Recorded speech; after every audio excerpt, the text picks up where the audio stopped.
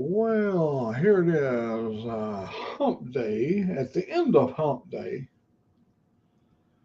and we'll see who gets in here tonight. Oh, I got my Washington shirt on. Yeah, Washington. I looked all around. I didn't see any other live events. I think Sick ended his event. So if anybody wants to join old Mac here for some late night hump day chat, late hump day chat, well, y'all come on in.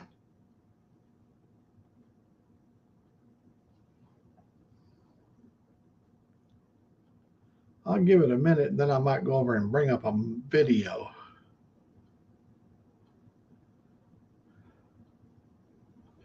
Yeah, let me go over and see if I can. Let me go.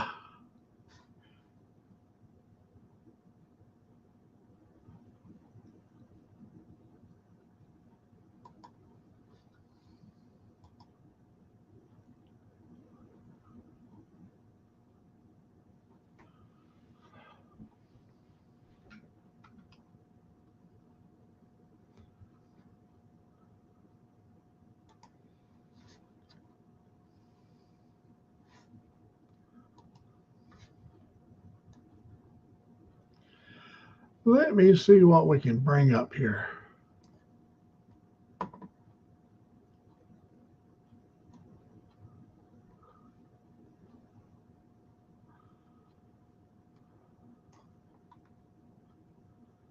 Make sure ain't nobody else in here. Uh,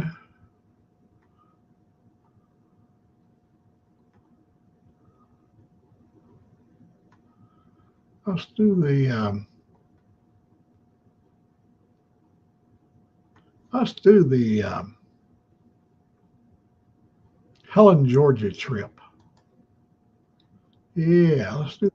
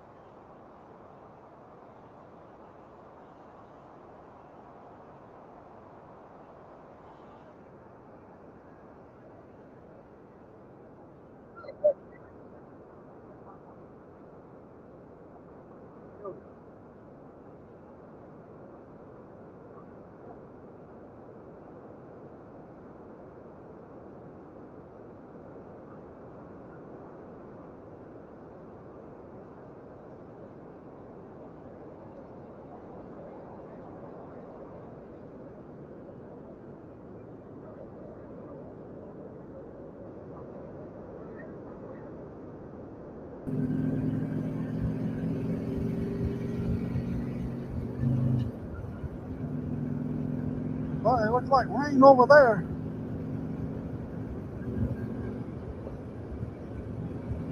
I've been seeing a lot of inner tube places. I don't know how good my audio is going to be today.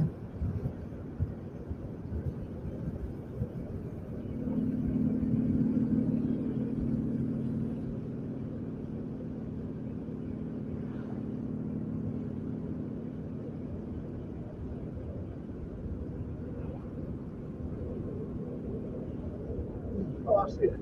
I see a couple of people. Put this back there. Is it blinking?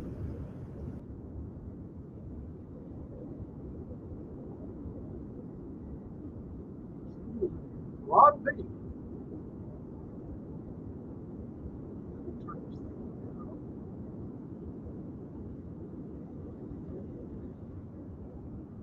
Come on, stop. There we go. Hey, Rod B. And um, Hummer. Well, hello, we're a stranger. Rod, it's good. We haven't seen you since we got home, I think.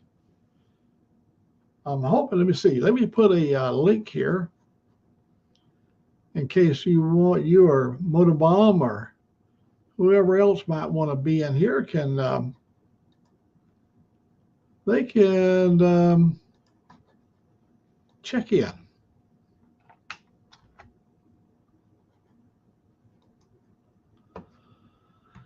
Oh, it's pretty late. That's right. It's late. No, it's not. It's tomorrow morning over there. So you're all right.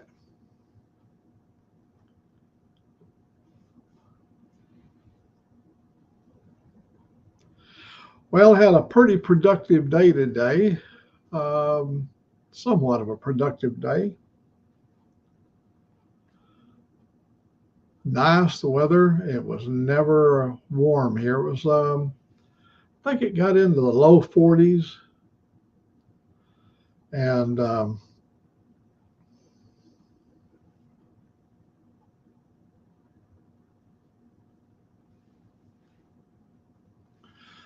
what?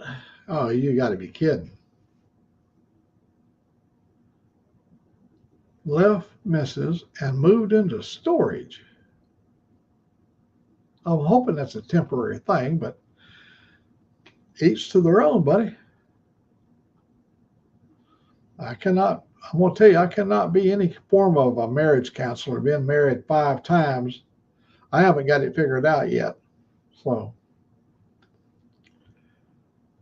all I can just hope the very best for you in every occasion.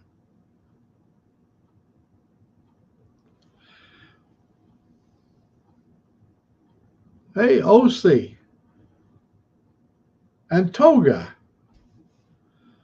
Oh man, it's good to see the old gang in here.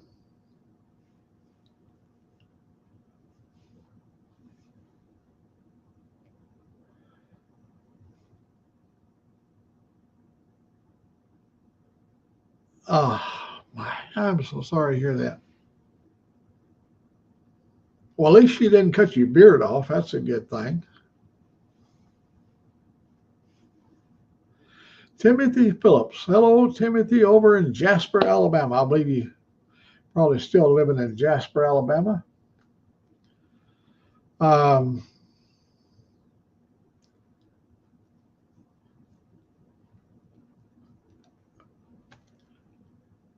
uh, Toga Rod Timothy, he's a ham radio operator. Yeah, I know him through the ham radio over the years. And he's also a guitar picker. He can play the guitar. I can't play nothing. I can blow the trumpet. Look here.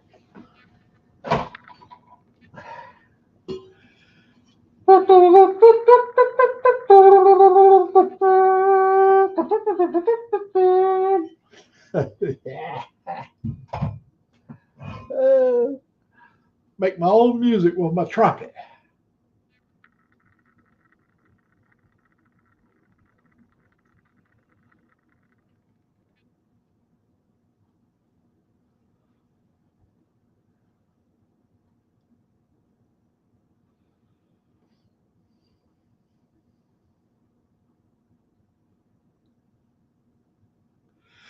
Oh, I think the word was I used to fiddle around a lot with the ladies. Oh, he be fiddling around. That's what cost me my marriage is I was too much fiddling around.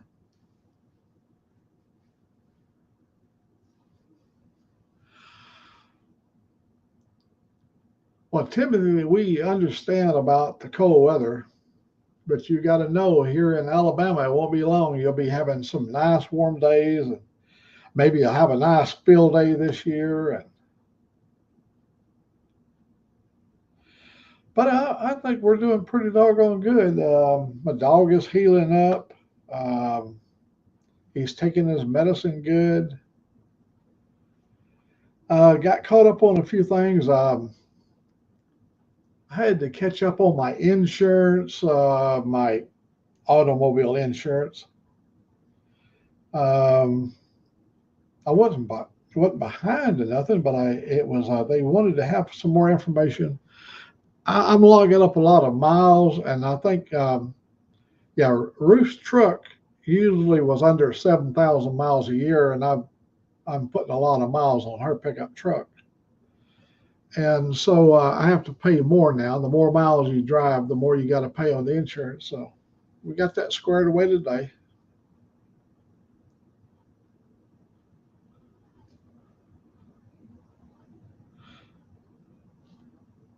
Yeah, I was telling my son OC about you and Sheila and Tyler and all you guys. Oh, I looked your island up. Low by what was it? Oh, what was it? LO. I looked your island up. Off the coast of Padawan there. I went and I went all over the place. Now I found over on Padawan Beach there's a red hot chili dog, and over on Padawan in Thailand, a red hot chili dog. I looked up the name of your restaurant, but I couldn't. I, I couldn't find. I didn't do a whole lot of searching. I just thought if I could on Google Earth, I might scan around and find you over there somewhere. Colon, that's it. Colon. Oh, that's your okay. Oh, I found you then. All right, that is so cool. Wouldn't that be something one of these days you look over your shoulder and here comes old Mac into your bar if that hungry looked like he's ready for some hot chili.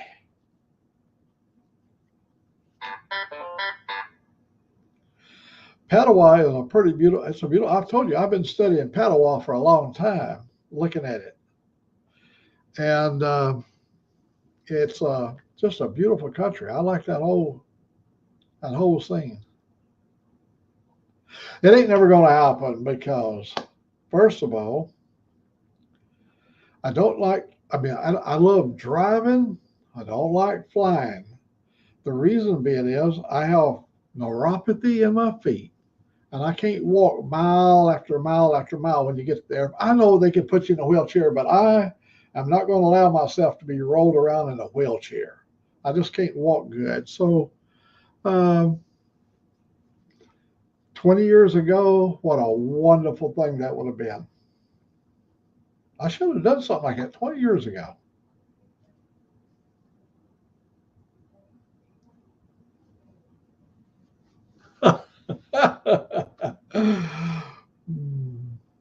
I like that, Toga. That was pretty cool, wasn't it?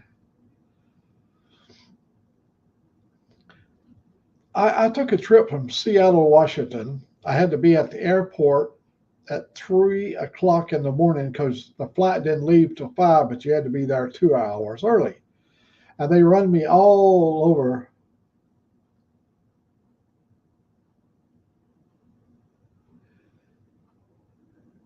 Oh, that is cool. That is good, Timothy. I'm happy for you.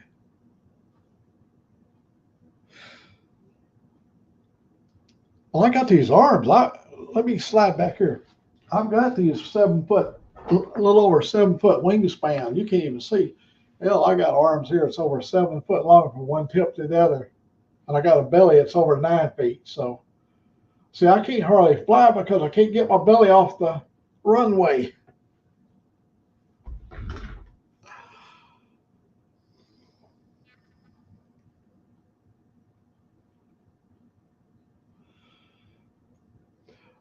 So here back to my story. I got to Seattle at 3 o'clock. Flight left at 5 o'clock. I flew to Chicago from Seattle. It didn't take long to get there. Well, when we got to Chicago, our plane that was going to take me from Chicago to Alabama was diverted to Connecticut due to some kind of issue. And I sat there for 5 hours in Chicago. And then they said, everybody expecting this flight to Alabama, go to Annex Z. And I'm on Annex A.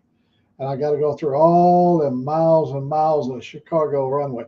I get over and I sat for 2 more hours, and they said, nope. Now we got another plane, and you got to go down to Annex C. And I had to do all that. Oh my God. So they loaded me on an airplane in Chicago and took me to Dallas, Fort Worth now. and I had to sit in Dallas Fort Worth. I got here in Alabama 3 o'clock in the morning. Took 24 hours to get from Seattle to Huntsville, Alabama. 24 hours. Let me tell you this. I drove my pickup truck from Flagstaff, Arizona to Birmingham in 24 hours. I left at 4:30 in the morning at Flagstaff on Friday morning. Saturday morning, I was in Jasper. I rolled through Jasper coming to my house. I was here at my house at 4:30, 24 hours from here to Flagstaff driving. And it took them fools in them airplanes 24 hours just get me the same, practically the same distance. Sterling Will, how you doing, buddy? I'm glad to see you in here tonight. Portertown, Nevada. Well, anybody, there's a link up. Anybody wants to join in, they feel free to hop right on here and join us. Boy, we saw a lot of truckers when we left Flagstaff, Arizona. It was 16 degrees, and time we got here in Alabama, we had seen thousands and thousands of truckers during the night, and that was a long 24 hours. But we did it, and we got ourselves home, and everything's good.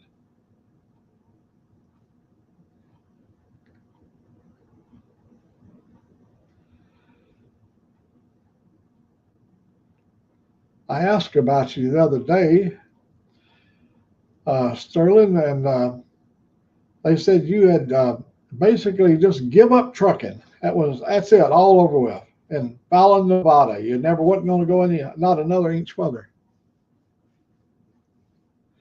Oh, by the way, Rod, have you heard anything from Dave? I haven't heard anything since I got back to Alabama.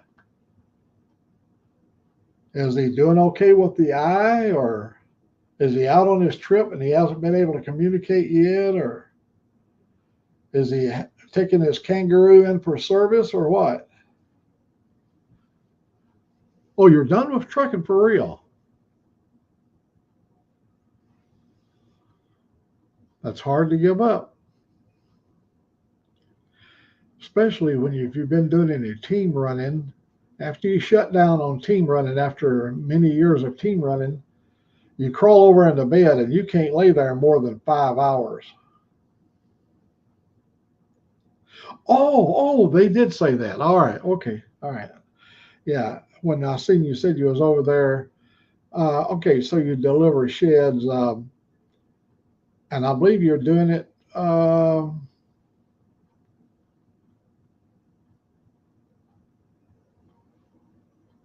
Oh, so you've been out of pocket there for a while, Rod B. So you don't know. Everybody's been asking about Dave, and I haven't seen him. And I thought if I found out something, I'd share it with everybody over here.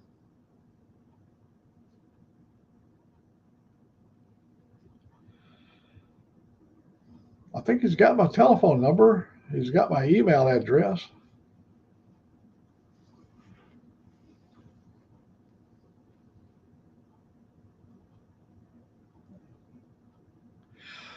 You know, a friend of mine, when I retired in 1995, Sterling, a friend of mine, him and I retired on the same day, and June June the 30th, 1995. Um,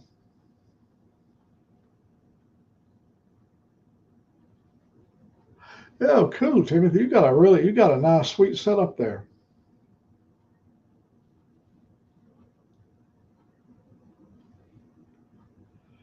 Oh, good.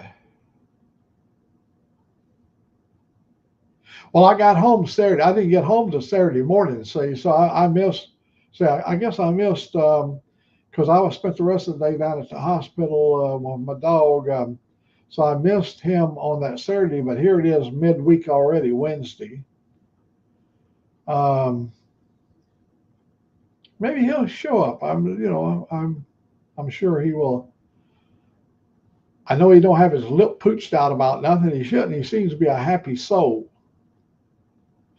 Yeah, I did see a rerun of Motorbomb because he was talking to Motorbomb about putting together some lyrics to a song.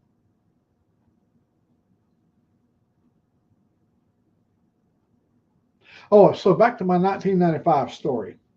So,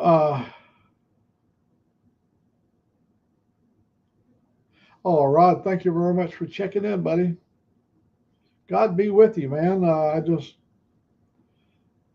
You'll work it out. I mean, like my mama, I've said this before. My mama said every tub has to set on its own bottom. Whatever happens will be. What will be, and you will sort it out. And I just hope it comes out good for you. So back in 1995, my friend came to my house driving a new Dodge with a Cummins engine in it, a 95 Dodge with a Cummins. He said, I'm just hired on hauling RVs as a hot shop. I got everything set up, and he wanted me to join him doing hot shot work back in the day. And I didn't. But after I got back to Alabama, then I started driving over the road for 6 years. So that was a lot of fun. I enjoyed it because I'm a traveling man. Yeah, I'm like that song, A Traveling Man.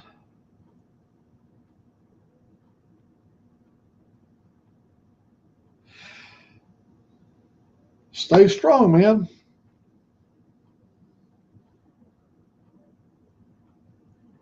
Stay strong. Hey, I can't get my thing to line up correctly. Whoa, let me see. Come on, let's get it squared away. There we go. Um, Timothy, last night on one of our live feeds, I put my ham radio equipment that I was running um, on FT8, and they featured it. I think Motobomb, he brought it up onto the screen, and he taught me how to bring it up on the screen from over on YouTube, and that was pretty cool. I got to display my ham radio equipment and the way we did things back in the day.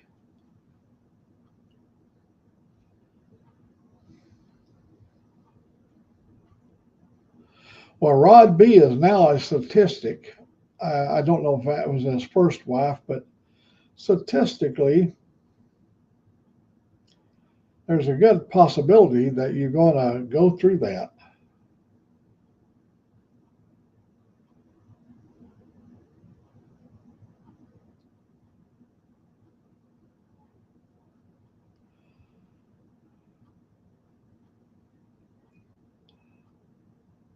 Secret agent, man. Uh, Toga's everywhere. I mean, I heard a knock on the door last night, but it was actually the raccoons, but it sounded like they was beating on the door. And I thought, who would be knocking on the door at 4 o'clock in the morning? And you could hear things getting knocked over. When I got up this morning, they turned over some stuff on the back deck. I didn't put any food out last night.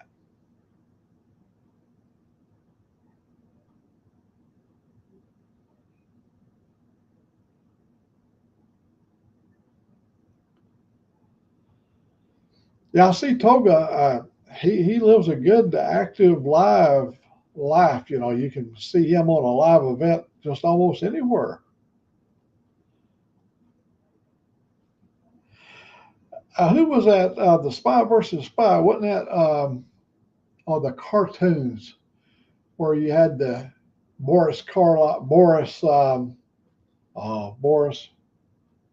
you know, the spy thing years ago. Cartoons, not Moose and Bullwinkle, but Boris and Natasha, Boris and Natasha. They were two spies. Mad Magazine. Yeah, that's right.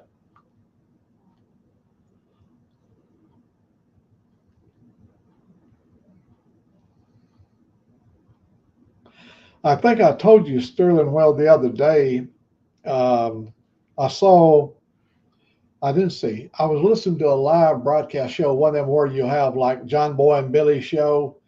Uh, um,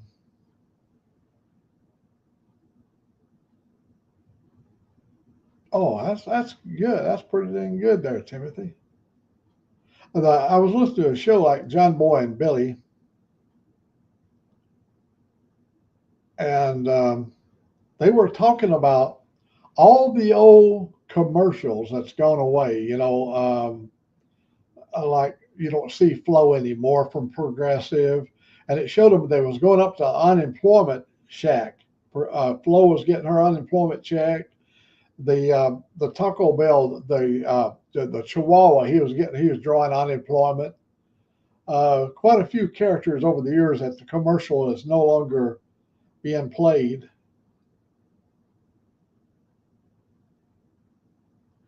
I loved Mad Magazine. It was on the far side of everything, and um, I even liked the TV show of Mad Magazine, but Mad, the little comedy thing on TV. But the magazine was cool. The caveman is back. I'm telling you, that went on for years, and he showed up in all kinds of social events, and he was quite accepted. Um, the girls couldn't leave him alone. They found him quite attractive. That animal that was in him.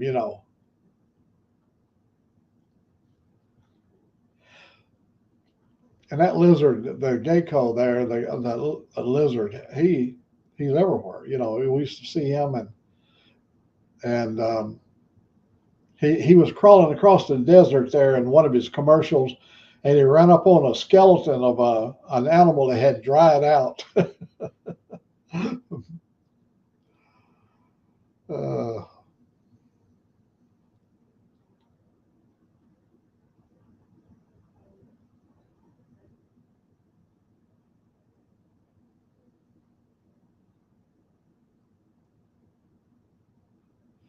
so you must drink Michelob, right? Let me see. What was it? Well, you had a beer. Stay, stay fresh, my friend. What he was always saying. Yeah, stay fresh. Stay. Yeah, the most interesting man.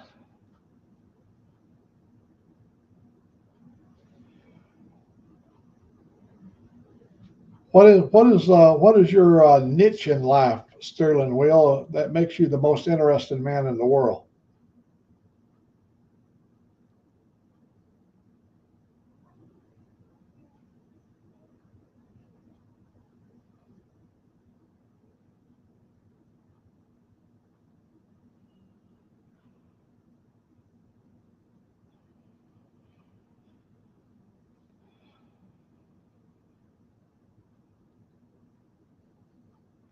Actually, I really believe people like lies better than they do facts.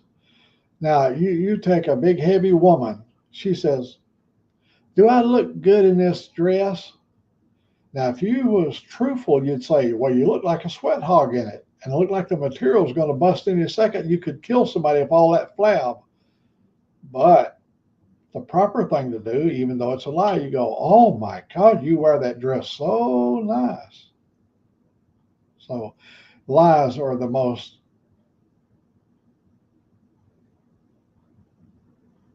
yeah, lies. Lying is you can actually your life can be saved by telling lies. You ain't never gonna be honest with your woman. You're gonna be you're gonna be partial honest.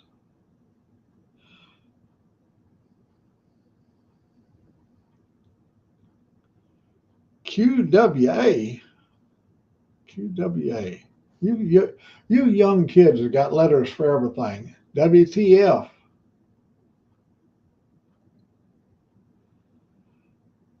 He says QWA, and I say WTF.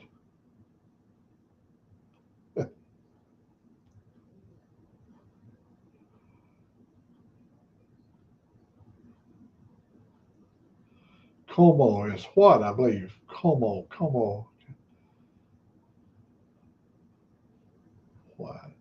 Yeah, what? That's it. What's up? Okay, what's up?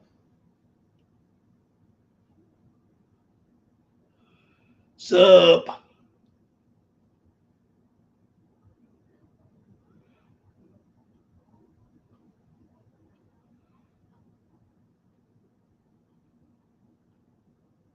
You know when it's bad, Robin, is when they hate you and you ain't even said nothing yet. They hate you just because you're breathing the same air as them. Now that's serious hate right there.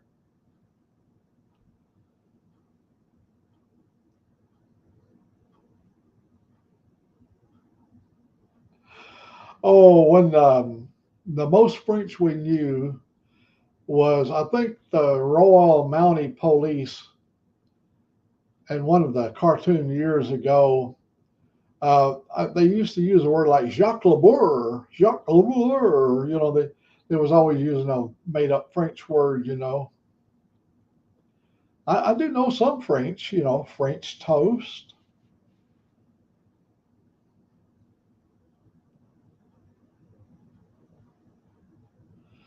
Got to remove the toxic people. Well, you need to go to a toxologist then.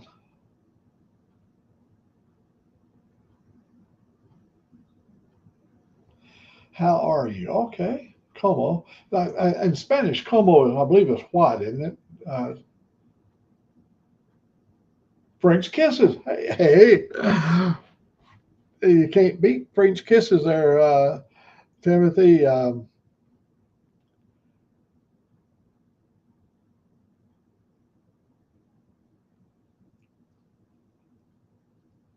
Don't don't use the word. I know what. Right now, Robin is thinking French words. The only word that Robin right now knows in French is. Let me see how could I say that properly. Menage a trois.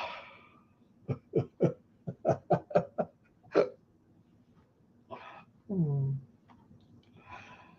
Uh,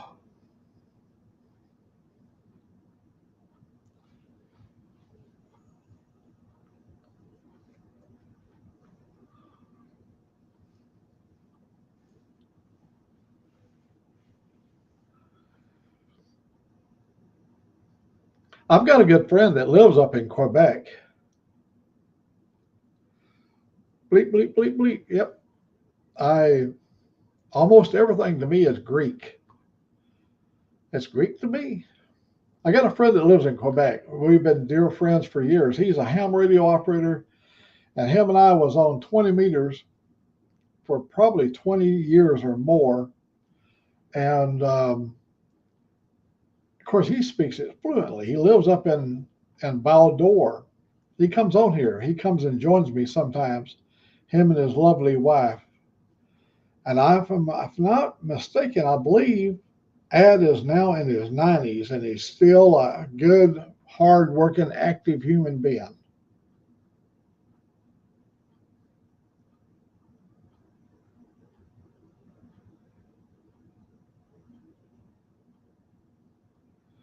Sue's mom in the queue.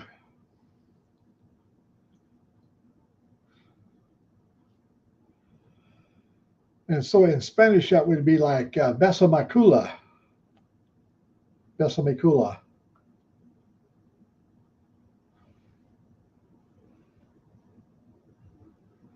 Now look what you've done here, Sterling. You got them all talking all kinds of languages. Come on, Sterling. You're a guy that can get things back on an even keel. Help us get this thing organized.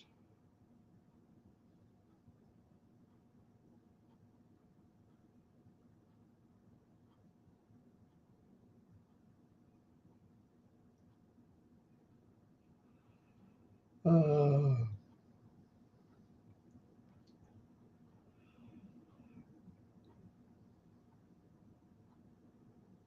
I just have such a limited ability on any. I have a hard time with English. There's so many words I can't even say proper in English. It's not because I wasn't educated and I went through the same English everybody else. I just cannot pronunciate them as well. My ears hear it, but I can't quite say it. I tried it. I think my tongue's too short. That's what she said.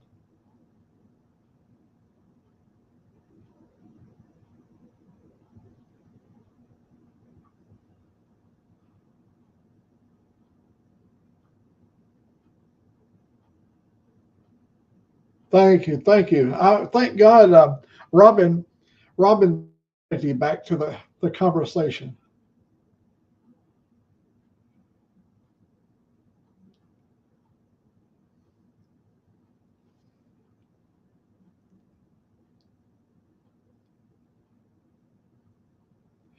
I went and watched Sick this afternoon, and he was doing a musical, long variety of music, and then I saw later he had posted his burrito dog, all wrapped up in a blanket.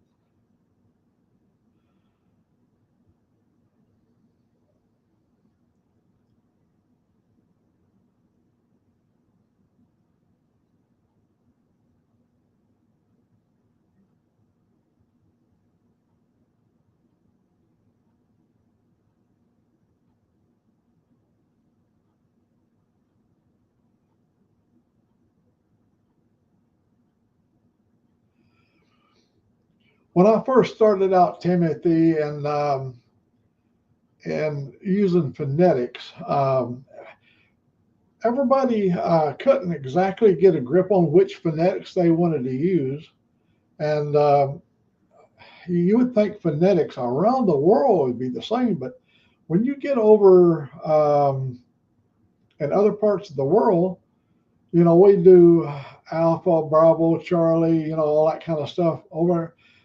All of a sudden, they'll start using the wild dogs of Africa in phonetics, that stuff I never even heard of before.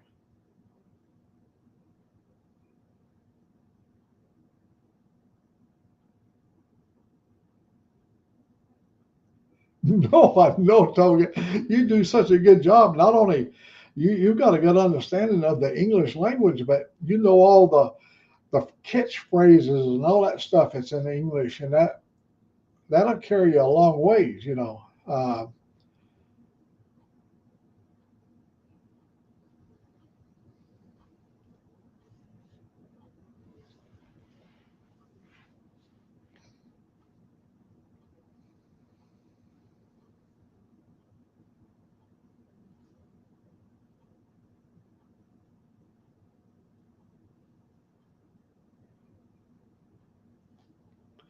Where did LC go? He was here, and then we got started off talking. See, there's 12 hours difference, so it's 9:30. It's 9:36 here, so it'll be 9:36 in the morning, 10:36 over there in the morning, and it'll be already Thursday morning, 10:36 Thursday morning in his part of the world.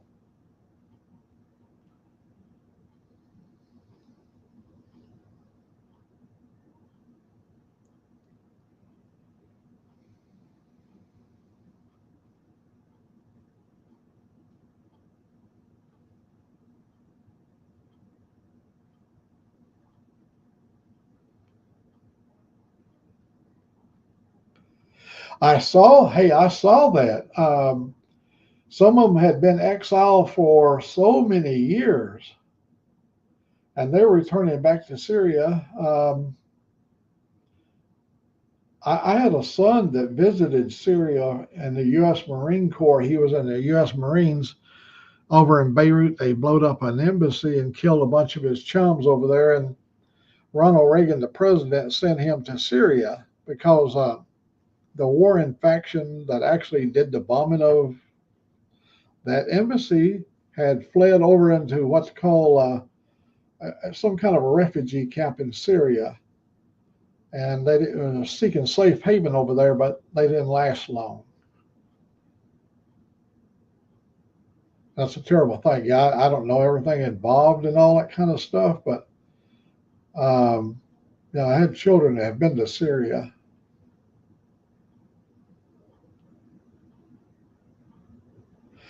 I don't do 7,200, Timothy. there's another one on 14313. If you go to 14313, that's very much like 7200. Yeah, 14313, 14 up in that area. It's the other half of the zoo.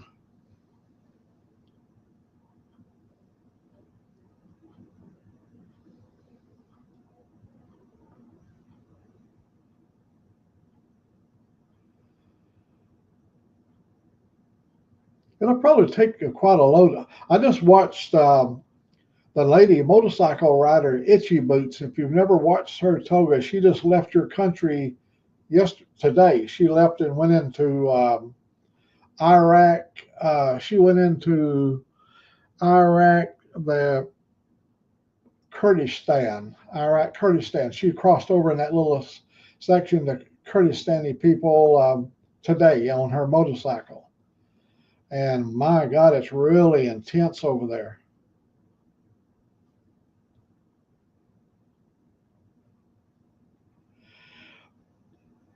That's a good idea, Timothy. When you get where you can't stand it, just hit that button. There's no reason. I don't go over there because I know it's going to be that way, so I avoid it. I got friends of mine, they can't wait to get off work so they can go over and get on it. But I don't do that. I'm not involved in that.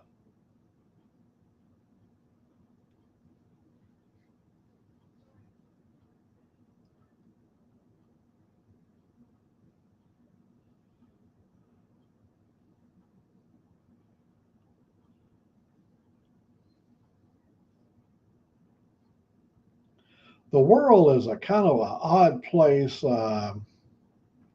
We've all got our claims on this and our claims on that. Um, I like the idea of being able to go and meet people. And I've met so many people. We have Russian family members. I've got a grandson that's half Russian. I've got another grandson that is Filipino, half Filipino. I've got them in almost all the peoples of the world is in our family. If Sheila was in here, she'll tell you that we have a lot of family members from that makes up part of the world. We're just a kind of a family that we love freedom, and then with freedom, you can't set boundaries. Those kind of boundaries where I like you, but I can't like you because I don't like your thoughts on this and thoughts on that. And that's a sad thing to get involved in. If you can just be humans together and love and respect one another if they disrespect you, I wouldn't mind cutting their head off. But you got to give them the opportunity to be as good as you can be. And most time you'll find people that treat you the same way.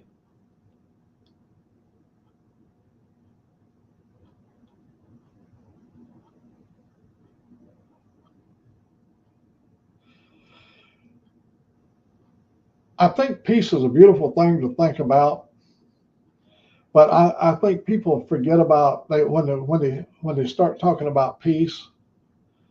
Um, they want different levels of peace for different people. They don't want everybody to have the same level of peace because we here in this country vocal protest.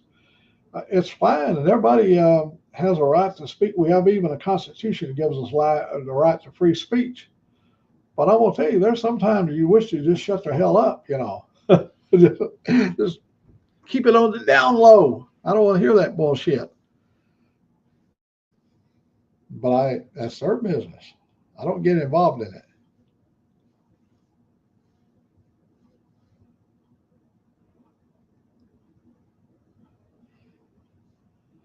I had the 7300. I had several, the I had all Yesus right at last. The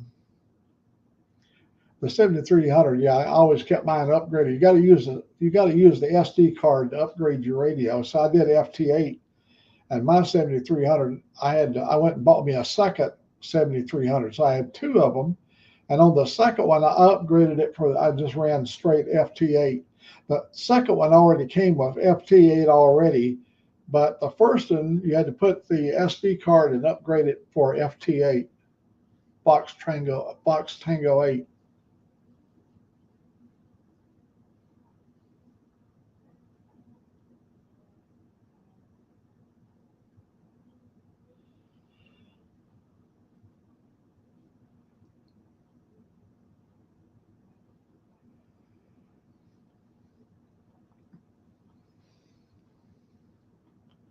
I like that attitude they used to have. You will have peace or I'll kill you.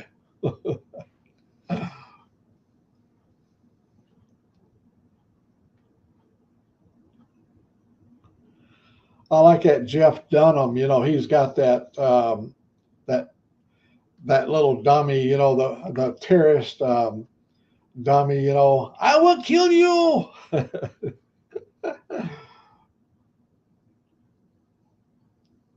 I don't even remember what the little dummy's name is, but he's always going to blow something up or just got himself blowed up or something other.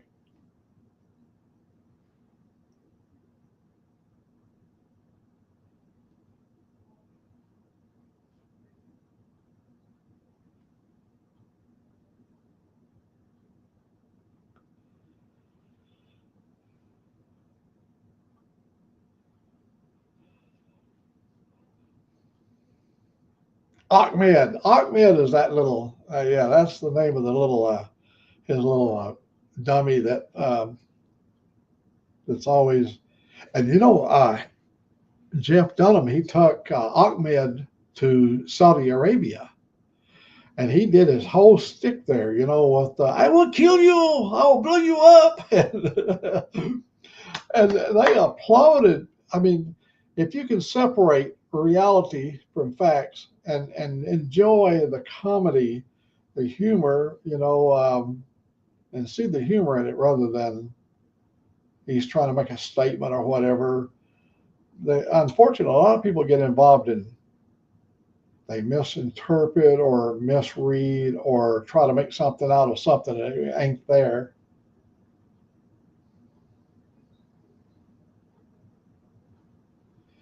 As Forrest Gump said, stupid is as stupid does.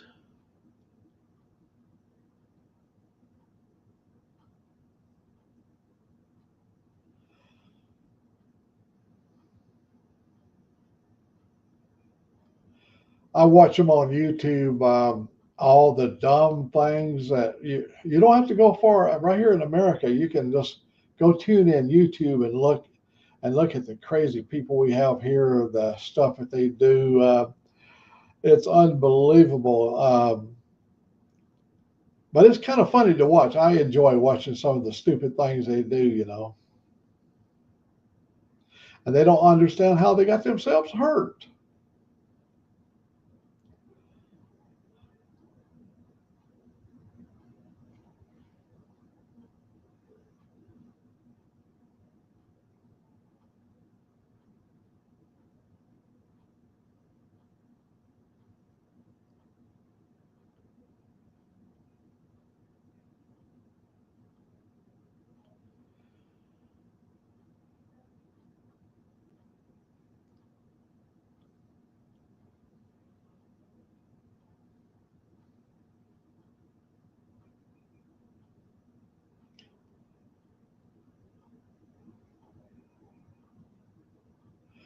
Oh, just you name it, buddy. Timothy, it don't take.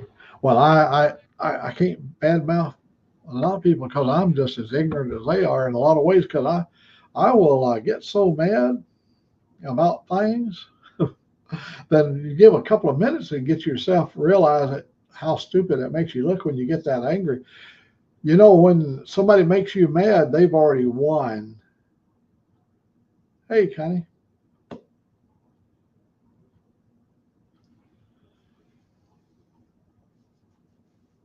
Well, I hope you bought yourself something nice. Got you a good Christmas present, did you?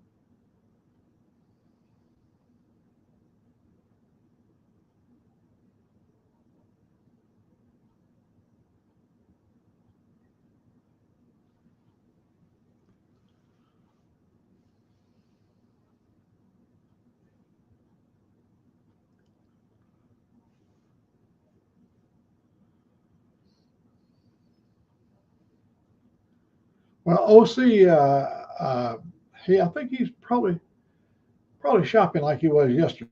His wife was out shopping, so he'll probably pop back in if he gets a chance.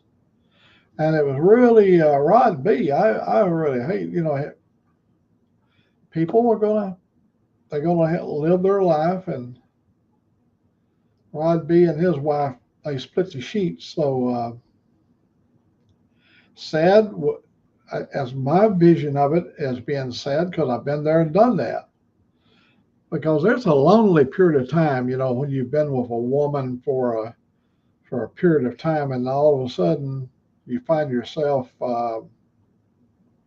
without a mate.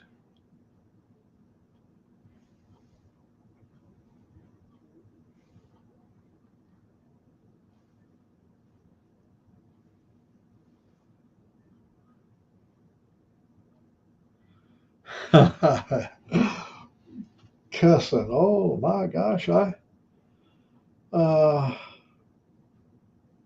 have a hard time with the anger issue. When I get mad, I say things I really regret.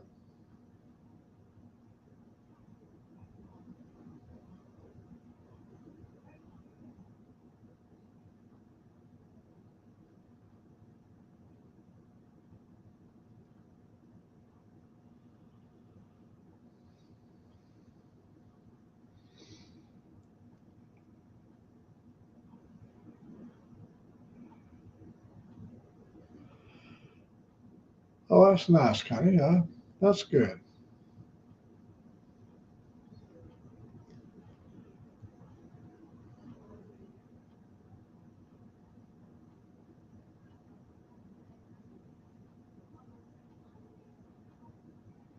Christmas. I really love Christmas. I always have. I like the whole Christmas spirit thing. It's um, it's really good. I look forward to it every year. I don't know. I love Thanksgiving. I like Christmas. It's not because of food. I do like the food, but I just like that for just a brief period of time, mankind comes together to show compassion to other people.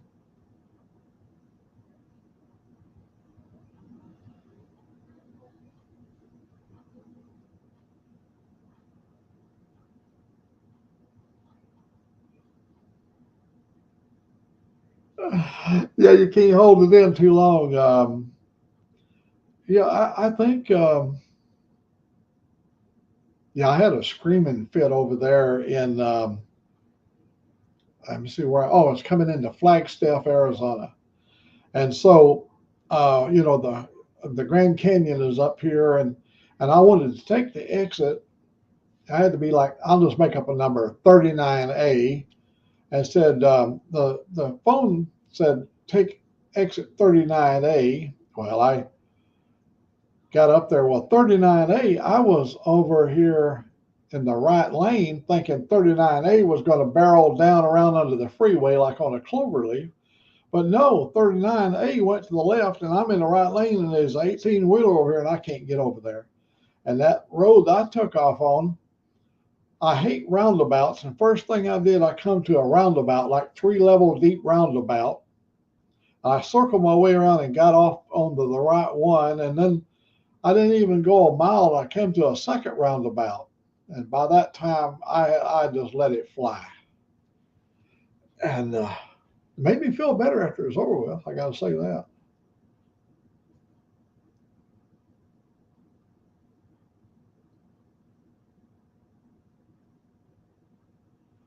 It's a good policy, Toga, if you can master and you can control that. See, remember I made a statement earlier. When you allow somebody to make you mad, they've won. Because when you're mad, you're confused. You can't think. You can't use your mind to get yourself out of the situation you're in because your anger clouds your judgment. And when the anger sweeps over you, it blocks out all rationale. And all you want to do is go for the gusto for the final blow. and it gets you in trouble.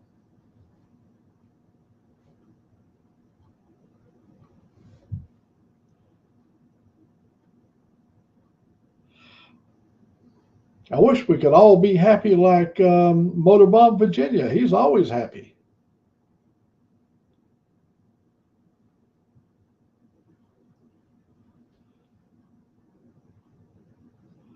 Well, Timothy, you and I have one thing in common is I love 106.9. I listen to the Eagle all the way to Washington and back. The Eagle station here in Alabama, it's 106.9, but once you get over in Arkansas, it changes to like 104.3, or when you get over into Texas, it's 93.5, but it's the Eagle. iHeart Eagle, iHeart Radio Eagle. I love that show. I like the morning shows. But it ain't the same people, but the network of the Eagle stations are all across the United States, and you can travel with the good music all the way across America.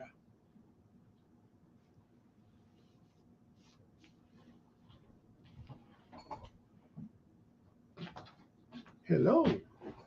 I just took him out. Huh? You just took him out? Well, it's raining, is it? No. Oh, okay. It's just cold. It's just cold. It feels cold when you handed it to me. Yeah. I'm good. Go. You're next.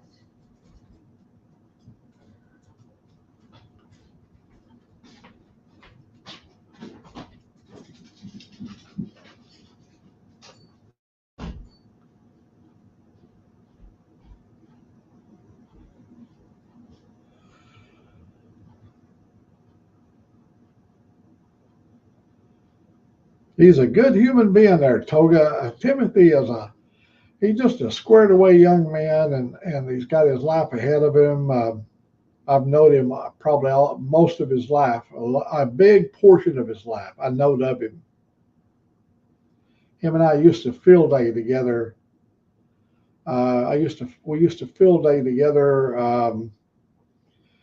Field days when all the ham radio operators get out in the field. We set all of our antennas up and start talking around the world and see how many contacts we can make.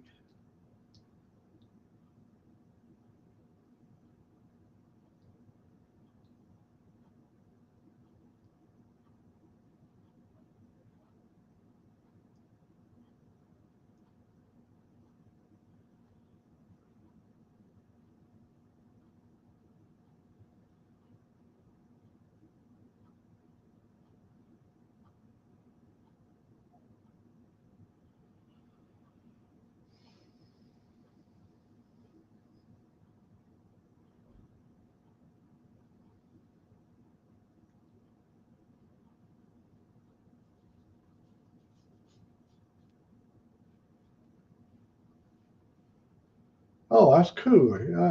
Done his own, we're using his own call. That's nice.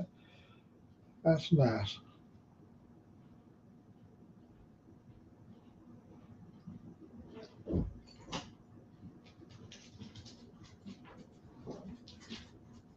There come my other little buddy. Let me see. I think I was going to have you to do something. I can't remember what it was. Well, must have not been that important. Huh? Must have not been that important. Are you going to come back before? Yeah. Huh? Yeah. Okay. You just don't need water. I got a little bit of water left, but thanks. Little old Colton, he is ready. He's ready to go to bed. I'm not going to bed, but he keeps looking over towards the bed. Last night, when it was time, when I finally did, we went to bed after midnight last night. He kept going over to the bed and coming back, going over the bed and coming back. He can't jump up on the bed; it's too high. But finally, when I went over, he come running over where I was at, and he hopped his little body up on my arms. I put him up on the bed, and he circled twice. That's the last I saw of him. When I got up this morning, he was laying down there by my feet.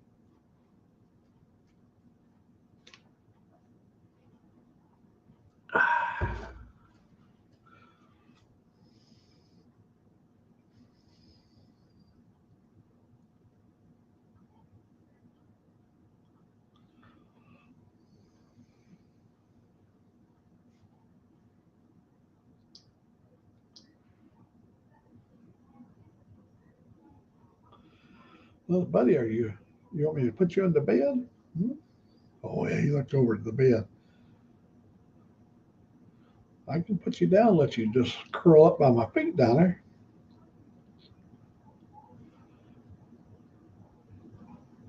So, Robin, any good stories? Let me see.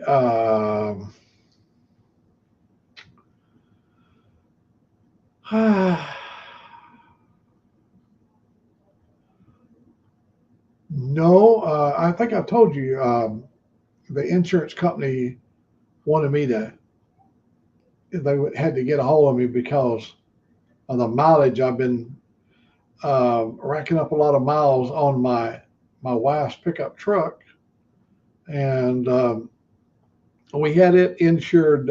It's fully covered and everything, but we had it set at I think 7,000 miles, and now we've been using a whole lot more. So today I had to get that squared away.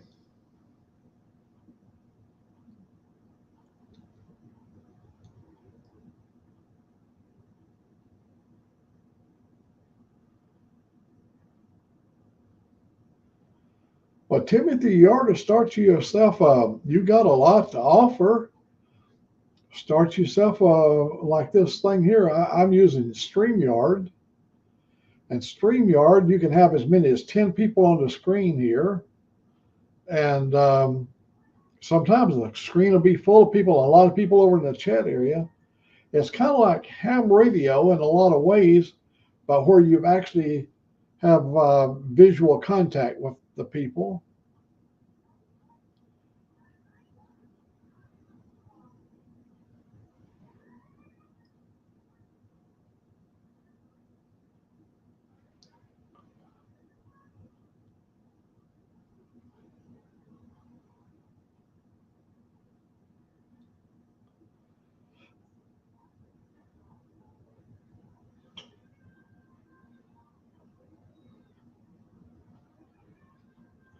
You keep long hours, Toga.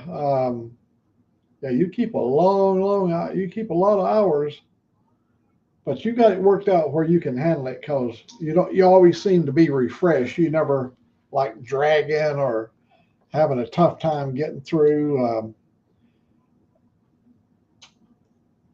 You seem to be have a good grip on your lifestyle.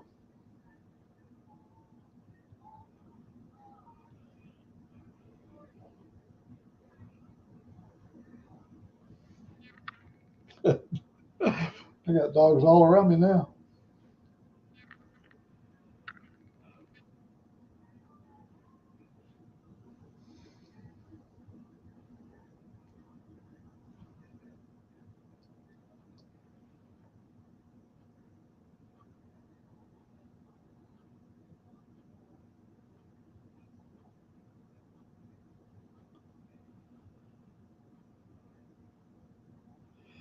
Well, you live in a fast-paced world, burning the candles on both ends.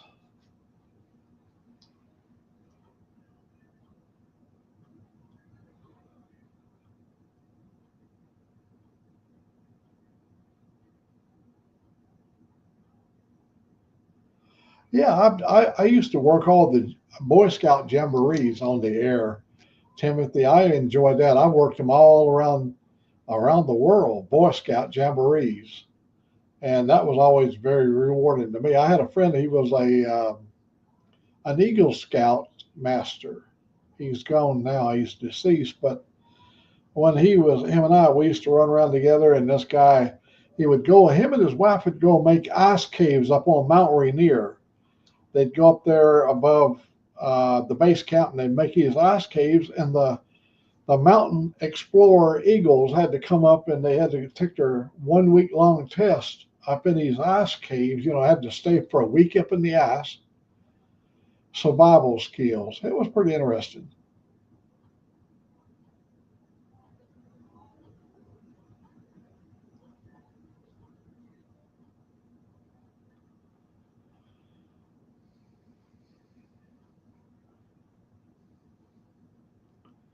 I think Toga must have decided to give it up. Not Toga, Motorbahn Virginia. He was in for a little while, but I think he's probably, I don't know if there's another live going. I looked and I couldn't find another live going, so.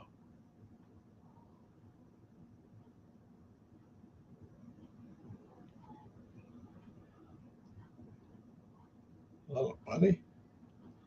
Are you a happy little buddy? Here, I got a little piece of cheese for you here. Look here. Look right here. Got a little piece of cheese. Look here. This little guy, he likes a little piece of cheese. Here, little buddy. A little piece of cheese right here. Huh? Oh, you don't want the cheese? Oh, I can't believe it. I use this little piece of cheese right here. I give Theo his medicine.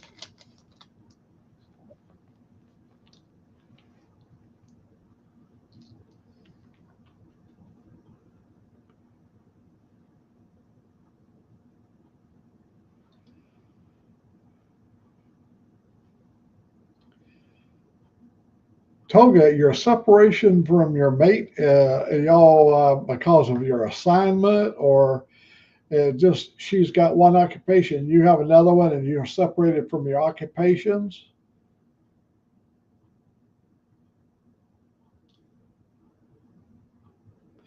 Yeah, I had to give pills. I use cheese, a little piece of cheese, wrap the pills up, and it'll gobble it right down. Not this one. He don't take any medicine, but my other dog, after his surgery, he had to have medicine for a week, antibiotics.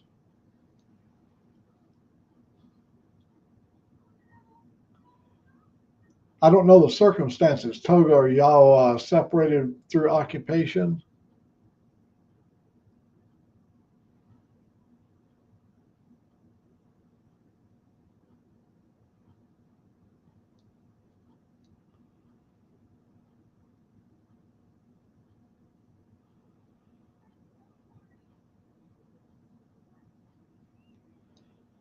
Oh, buddy, little buddy.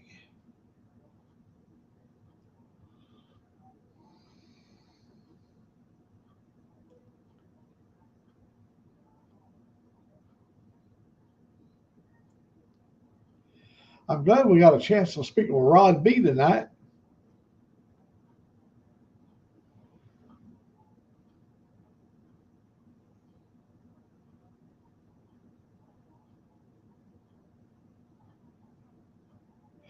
It would make an interesting YouTube video, Timothy. You already give it a go. I tell you, on YouTube, if you post shorts, oh, you'll get. I did a short of my dog going through the doggy door, and it got 600 more hits in just overnight. Just people that.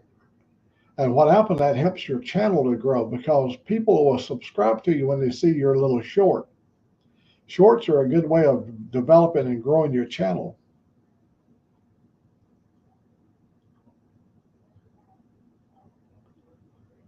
Oh, she lives in the state. Oh,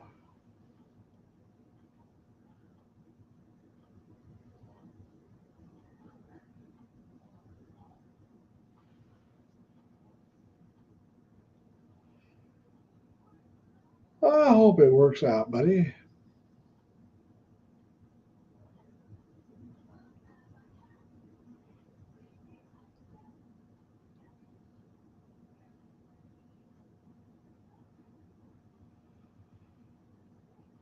Yeah, I can imagine that. Oh, back in the old days, can you imagine back during my days, a telephone call would take your week's allowance away from you, just making a call. Now with the cell phones, you can call anywhere, talk anytime, just pay your cell phone bill and you're good to go. But in the old days, man, you had to pay for everything outside your region.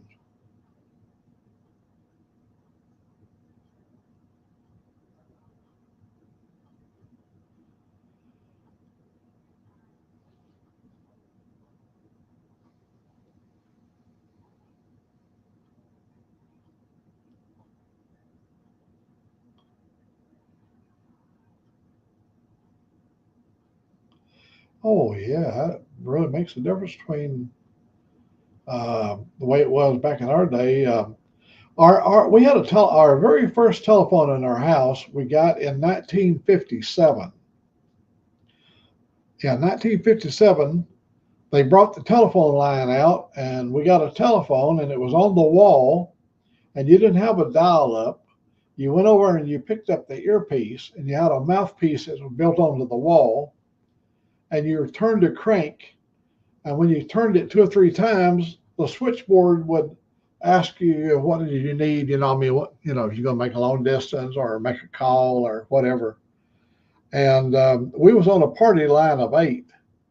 We was 5 and 3, 5 longs and 3 shorts. That would drive you crazy. That phone is ringing all the time. Party line of 8. That was in 1957. And man, it began to change up. When we got out in Seattle, McGraw Edison, I believe it was, they started bringing out cell phones. You can see a lot of them in the 70s, pretty crude. And then we began to get the cordless phones, 47 megahertz cordless phones. And Timmy, I'll tell you, if anybody had a 47 megahertz cordless phone, if you're on 6 meters, which is 54 megahertz, it would just wipe out the cordless phone. They couldn't hear a word you're saying.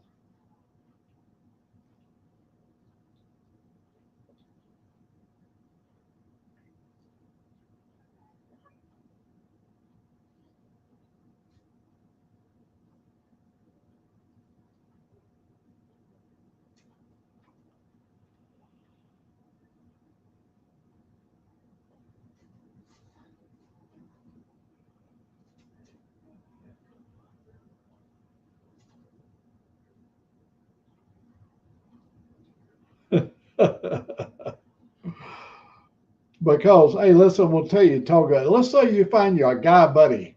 Let's say you find yourself a guy buddy, and you're talking with a guy buddy, and he and you're really missing your woman. I mean, you're missing her bad.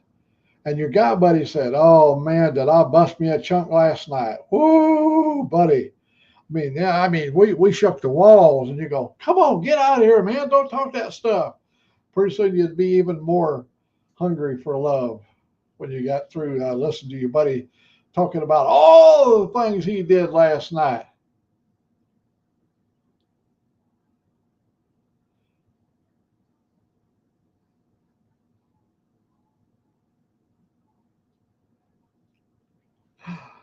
Uh, that's one of the things men like to talk about. I used to go down on the floor. I was up in engineering. I would go down on the floor to resolve an issue. And when I'd get down on the floor, the guys would come up and they would tell me the latest joke. And of course, I would share the jokes we had upstairs. And next thing you know, they would be telling about their sexual conquest, and all that kind of stuff, and all the different new women they've got involved. And you go down on the floor, and there's a lot of women down on the floor. And of course, you had to be very cautious because the company had a rule about fraternization with these hourly people because some of the people they were motivated more than. In other words, you could get in trouble in a hurry in a big company like the Boeing Aircraft Company if you spoke in the wrong way to the wrong person. And there's people there who are just waiting for the opportunity to nail you.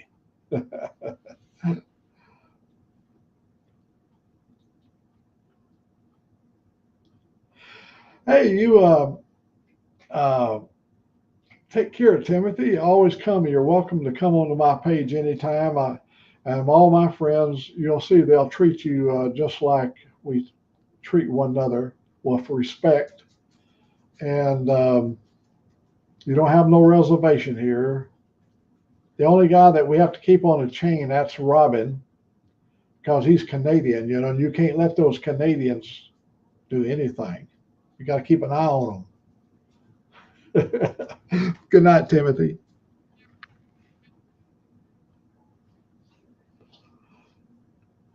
Got to keep an eye on them Canadians, them Canucks.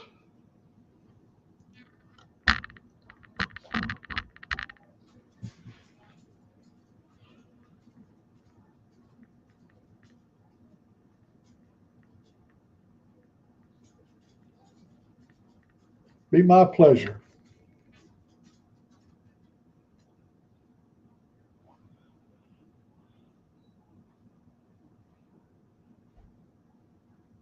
What are you doing, buddy?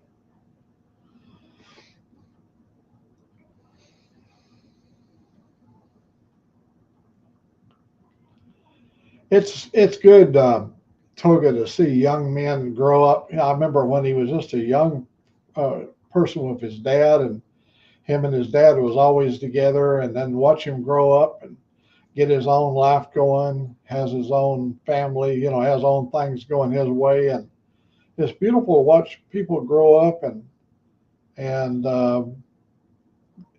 get their life going. When I was at the company at the University of Washington, they would bring young engineers in, and they had to come through my shop for 6 weeks. They had to come and spend 6 weeks with me. Now, I did not have a sheepskin for being an engineer, but I was an engineer in engineering without a sheepskin. And these boys, when they came in, they had their sheepskin, their diploma. And but they had to come and spend 6 weeks with me because I was the guy that could introduce them to the laboring force, the people that's actually going to build the product that they're going to be designing.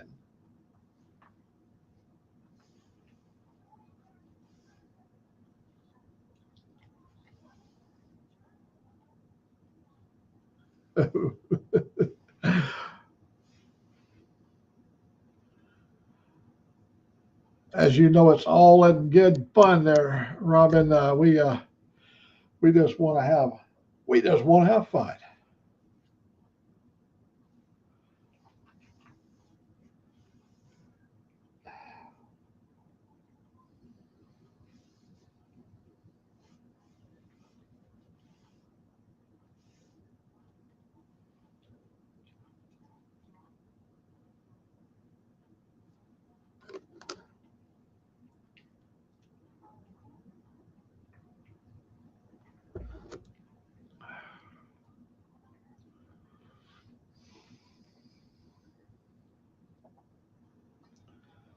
I should have give yeah, I think I'll go up and give Timothy a reach. I'd like for him to feel. Yeah, let me see if I'll find. I didn't give him. He's a really good little human being. I will go take care of that little thing right now.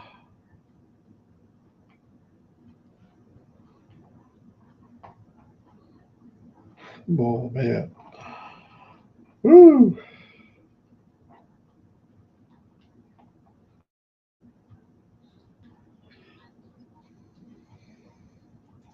Late hump day. That's it right there. And I will give him a crescent wrench. Okay, here we go.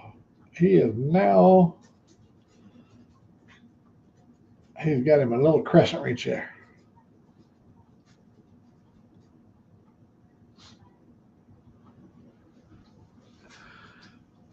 All righty. We got that taken care of. When he come back, he's going to see his little metric crescent wrench.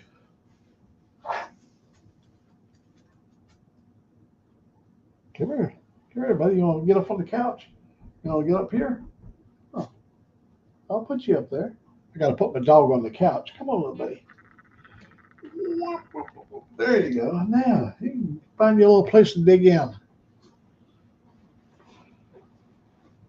Oh, I know. He had to go. His phone was going dead, and so he had to put his phone on the charger.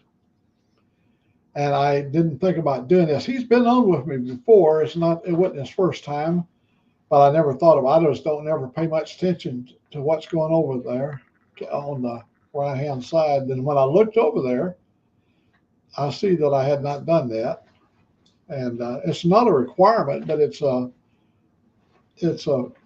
I think it's like putting out the welcome mat, you know, like in a way.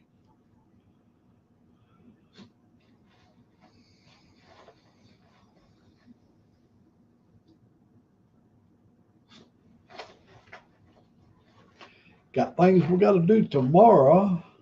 We're going to go out tomorrow. It's going to be beautiful, 57 degrees, sunshine. I'm not going to unload my motorcycle. My motorcycle is loaded up on the trailer, and oh, cool. The motorcycle is still loaded on the trailer, and I'm not even going to take it off the trailer until I got to take it and have the oil changed and all three plug. You know, you got three: transmission, clutch, and engine. You got to change all three plug, change the oil and the filter, and I'll get my year started off right. I ride I have so far. I've ridden every New Year's. And last year I rode a Toga. You saw my Christmas thing, didn't you? Toga, where me and Angelique was riding last year, where I had the phone on one of those sticks, you know, and you don't see it, but I made it circle around like the drone was flying with me, you know, it was behind me and over me and in front of me and beside of me, and we was going down the road at 75, 80 miles per hour, and and she would get a hold of it and she would pass it around and hang it up above us and look like a drone was flying, and I'm down here riding in the thing. Yeah, it's on my YouTube page. Motorbomb, he posted the other day, and that was my Christmas. We did that 2 days before Christmas last year.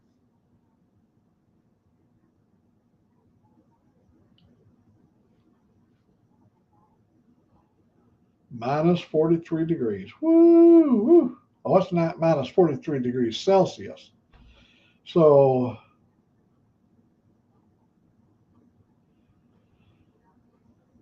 I don't know how to make the calculation. I think, let me see, let me think. 0 degrees Celsius, I believe, is 32 degrees Fahrenheit.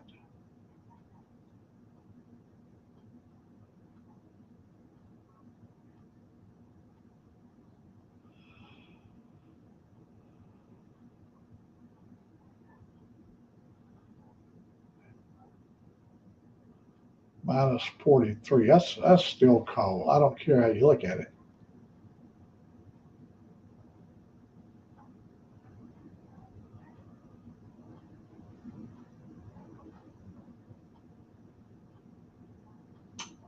One time I was talking to the boys in Australia on my ham radio, and the guy was telling me it was 28 degrees. Kept saying it was 28 degrees, and I thought, oh my God, they must be in dead winter over there. And finally it dawned on me, he must mean Celsius or whatever. And because everything I ever seen out in the back, outback was really hot and dry and arid, and so I don't know. I can't remember exactly what 28 degrees Celsius would be, but I know it's hot. It's warm.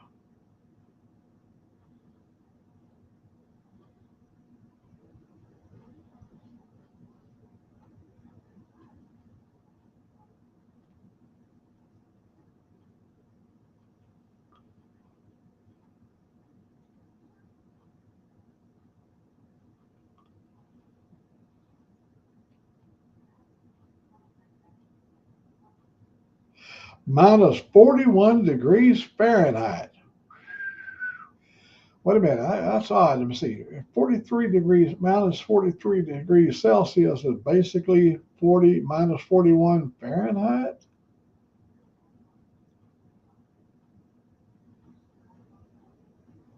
Man. Woo. When we was over in Montana, we were stationed over at Maelstrom Air Force Base, but we was way out in the middle of the state. We were doing remote missile silos, and it was minus 70 degrees Fahrenheit, minus 70.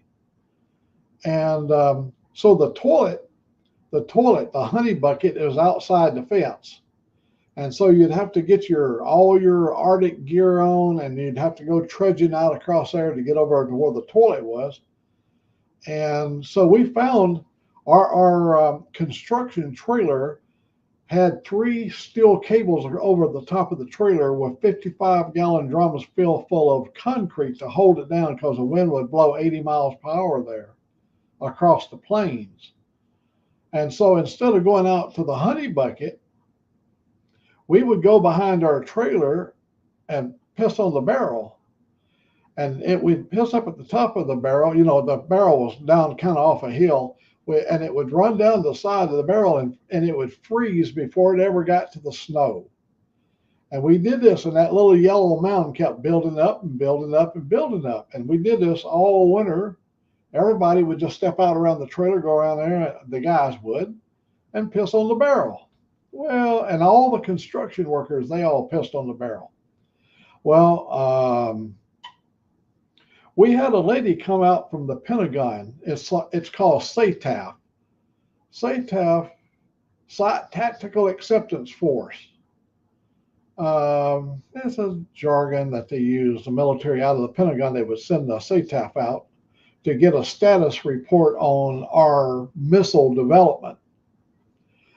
And so she came in, and in one of her jobs that she was required to do is take accountability of the silo, you know, make a notation, because they didn't want anything exposed where the Russians, when they went over, could see with their satellites anything that shouldn't be. So when she was walking around doing a status report on the site, she had her big snow boots on, she had her big parker on. When she run around and saw those barrels, so she was making a report how well the barrels were anchored and all that stuff. They were set up by the U.S. military, the Air Force. And she had to make a report. When she got around there and saw this great big yellow mound on the side of this barrel, she come back around and she said, "What is that? What is that?" Because she had snow, but if you look, you can see some of the yellow in it. She said, "What is that? Are they dumping material? Are they dumping stuff around there, you know?" I said, "I don't know what you're talking about, ma'am." She said, "Put your Arctic stuff on." So I had to get all my Arctic clothes on, and I'm following her around, and she took me around the back, and there it was, and she was pointing me out that barrel that had the mountain of urine on it, frozen. She said, "If they're dumping stuff here, it's got to stop." She said, "What is that?" I go, "Ma'am, that's urine." And she said, "What is it doing back there?" So we come back around the end of the trailer, and I pointed to her where the honey bucket was over there. And I said, "Guys are not going to walk that far in a blizzard to go and take a leak in the honey bucket. They go around here behind here and do it on the barrel." Whoa, she was mad. She wrote a big status report up, sent it to the Pentagon that was pissing on the Air Force property. Nothing ever amounted to it, but because guys are going to be guys, and that's just the way it's going to be.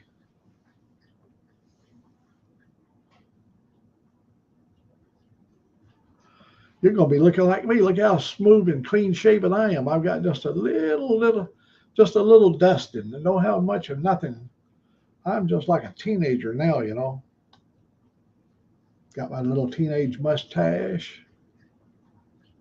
Got my little teenage eyebrows. You can't smell when it's 40 below zero or 70 below zero. You can't smell. There's no odor. Odor is permeated by the warm air, and it allows it to waft along. when it's that cold, they ain't. You'd have to walk up to the barrel, and here's what the craft would do when it began to warm up. It would roll down off the hill and go down on. All your military silos are all built up on a grade. They mount them up so they're above the water, so no water can. So you don't want to ever build your silo down in a ditch. So you're up on a grade and everything runs away from the. We never had an issue. Guys don't mind a little smell like that. It makes you, it makes you appreciate when you go home and how fresh and clean that smells.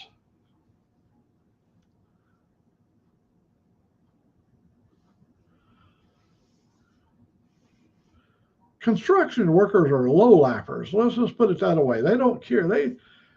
If they could, they would just raise the window and pee out the window. I'm not kidding you. Iron workers are even worse. I had a bunch of iron workers up there when we was building the silo, and they were American Indians. And man alive, they were all from up in the Dakotas and Wyoming and Montana. And those American Indians, they're a different breed altogether. And they're big old Indians. They wasn't them little bitty hard laboring Indians, Hell, they'd climb our tallest towers and go down the deepest holes. They wasn't afraid of nothing.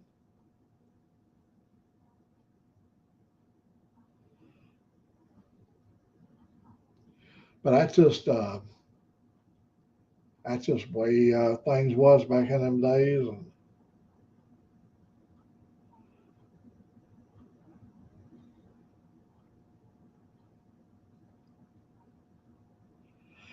oh, you've been around construction people. Yeah, you know what it's like. You're going to go where you got to go and do what you got to do. We're not that we're lazy. We just, you just.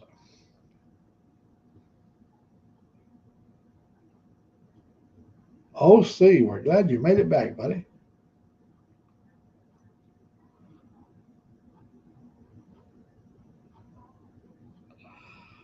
We wondered about you. I know yesterday your wife was out shopping.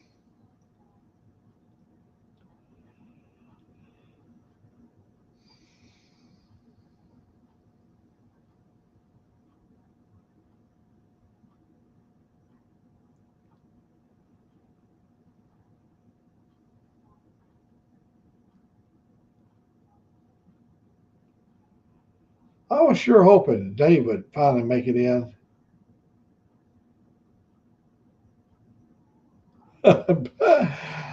um, I bet that place, I bet Bangkok is just teeming of human beings. I just got to imagine um, it's got to be just a lot of little motorcycles, motorbikes, car horns blowing.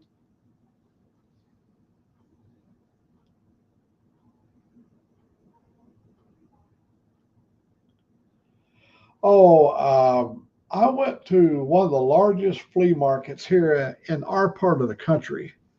It's called Mountaintop Flea Market, and this thing is on like 300 or 400 acres.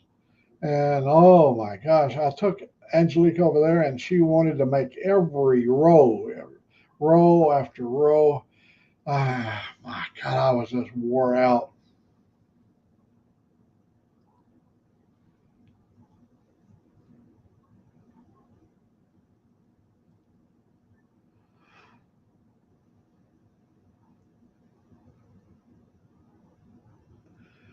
Yeah, you being working in a bar, you're going to be doing some psychological profiling. You're going to be the best of friends to a lot of people. You're going to be a mentor. You're going to be the person that they can lean on to talk to and tell you about how bad their life is and how horrible things are at home.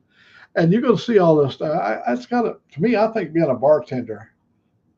I always liked that show, Cheers. Oh, Woody Harrelson, and I like that show Cheers because you go to a place where everybody knows your name.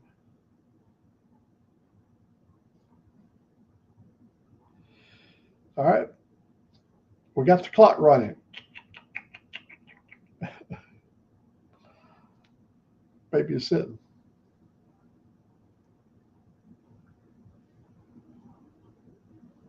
Yep.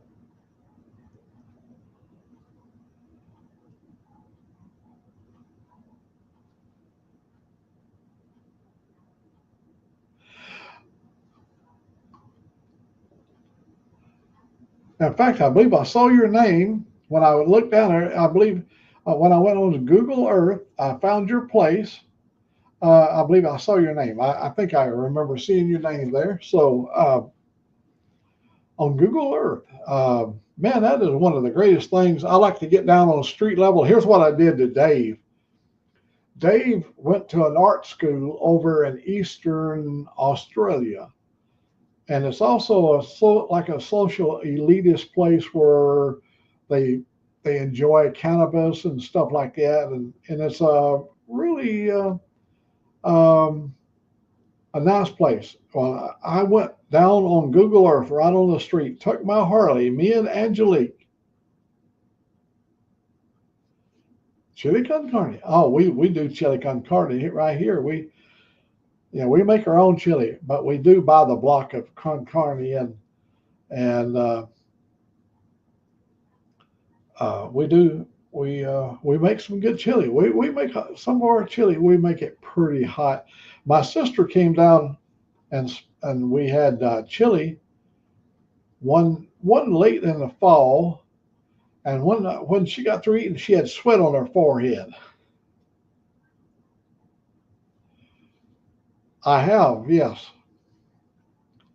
I remember roux down here. I think we're saying the same word, the roux, or maybe that's a different word, ROUX versus. The Cajuns make a roux, stock. Yep, yep, that's right. You got to have the roux, for the gumbo. That's right. We make our own roux. Angelique, come here. We make our own roux, don't we? Sure. Anyhow, hey, come right here, baby. Are you fixing to get that? Yeah. Okay. Woo, I'll see you in the morning, baby. Okay. Thank you for taking care of the baby. Babies. The babies. Babies. Yeah, Angelique and I, we make our roux, and I got a fairly large pot, and I use an old, we use an old Cajun recipe, because Louisiana's sitting right over there. No, we do use oil. I've lately now, we've been doing olive oil for almost all of our oil-based stuff. Like when we're making roux, we'll brown it in olive oil. What? They're making the roux. Yeah. Roux up. Angelique, come here.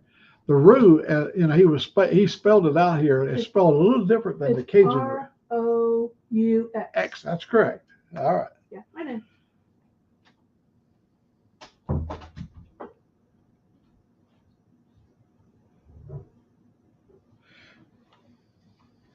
I tell you, you ain't gonna believe it. We cook a lot with lard.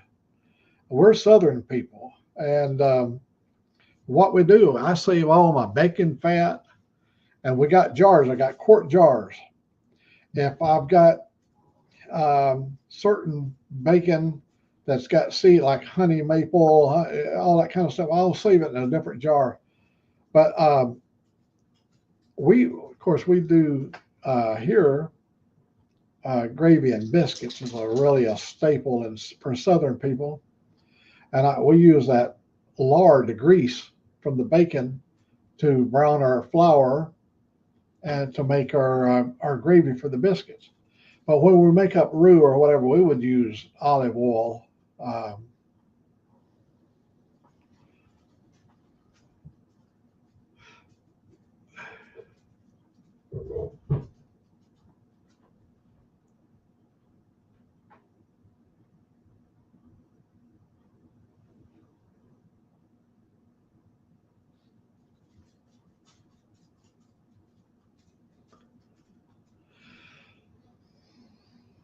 Well, we've lived a long time, and God was kind to me to the point where He allowed me to remember things, and I can recall stuff. It seems to be boring to other people that know me because I talk a lot, but for people that don't know me, no, we use peanut oil if we don't want it to burn. Like if we got vegetables, we're gonna like if I braise onions, I'll use peanut oil. I like the caramelization of the onions and stuff, especially if you got like a purple onion, a colored onion, and you wanna put that on hamburgers. I like to take peanut oil to do the onions. I got a shredder I use, and I'll throw a bunch of them into that peanut oil and stir them around and caramelize them, and then we like them on the top of a hamburger. And now what we've been doing lately, when I put the hamburger in the bowl to start mixing, I'll throw the onions in after they've been caramelized and mix it all in. So you got the onions in. And not everybody likes onions, but we do. We really like onions.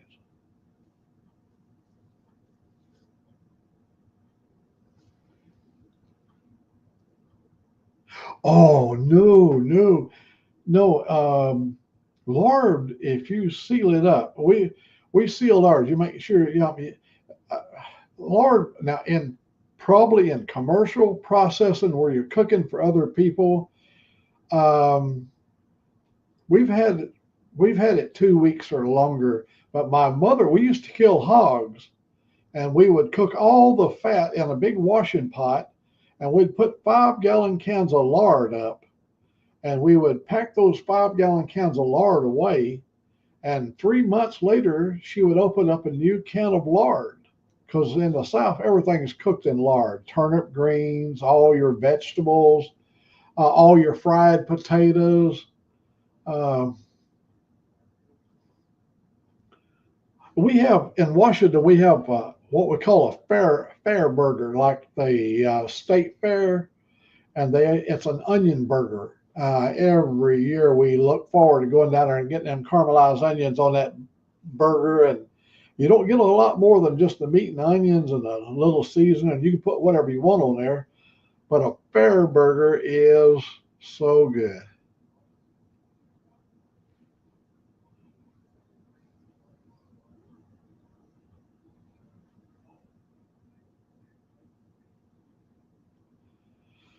Oh yes, buddy, I tell you, we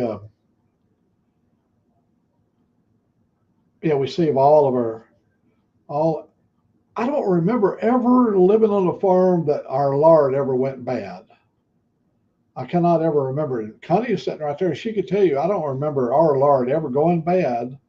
But that's for home cooking. It probably might not meet the same standards inside of a restaurant. Probably some agent would say, "Oh no, that's no good after so many days or whatever." But we cooked with our lard until it ran out. But we use lard for a lot of stuff. You take, for instance, we would take lard and mix it up with methylate or iodine and whatever. And when you cut your feet, see, we always ran barefooted.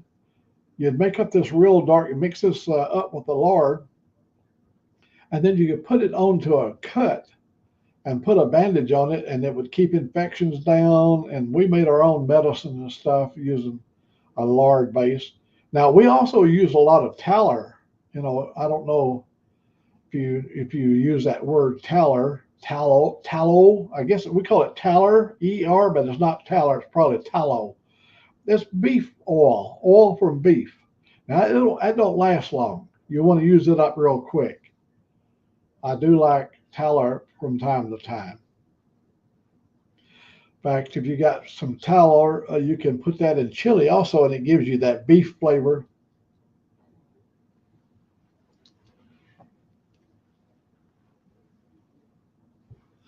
Oh yeah, that's right. Yeah, you can contaminate now. Your lard has been filtered, it's poured in the bucket, and it stays that way.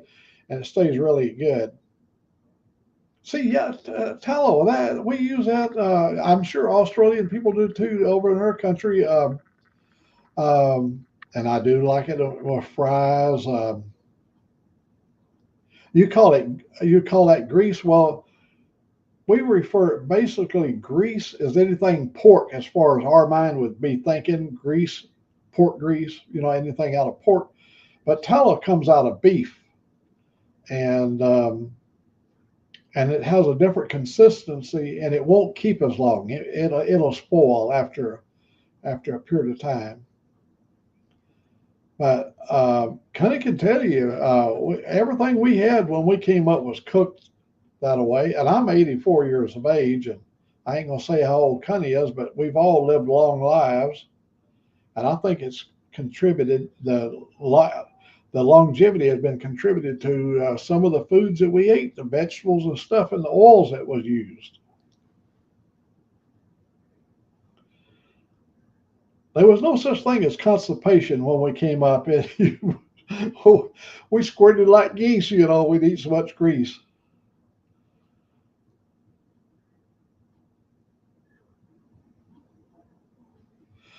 Vegetable oil come in, I think, when people were trying to make a statement about health issues, and then after a while, certain vegetable oils wasn't good. Canola, and all those different. They was trying to come, and then they unsaturated, polyunsaturated, and all so many things. They used to just rake us back and forth, but we stayed consistent. We always fried our potatoes with lard, grease, and we're still alive. Yeah, coconut oil. See, there's a lot of stories about it, but I don't cook with coconut oil. And there was a period of time I was avoiding coconut oil just for the reason of I read it somewhere, and so I don't deal with coconut oil as much as soybean. It's big. Soybean oil is quite prominent. We just never involved ourselves in it. We do know other people that do. I think I'm in more favor of the bad thing on the coconut oil, even though I like coconut. It's only from what I've read. I don't know. I've never seen anybody just curl up and die from eating it.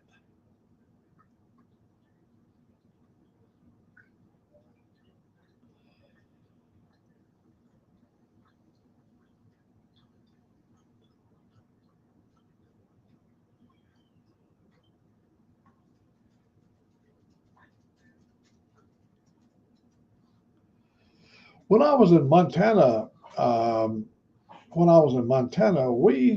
bought a lot of elk sausage, a summer sausage. We bought it from the hunters, people. They would be selling it at the market up there, summer sausage.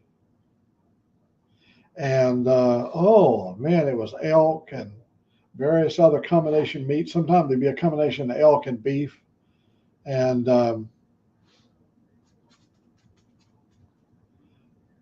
I like that summer sausage.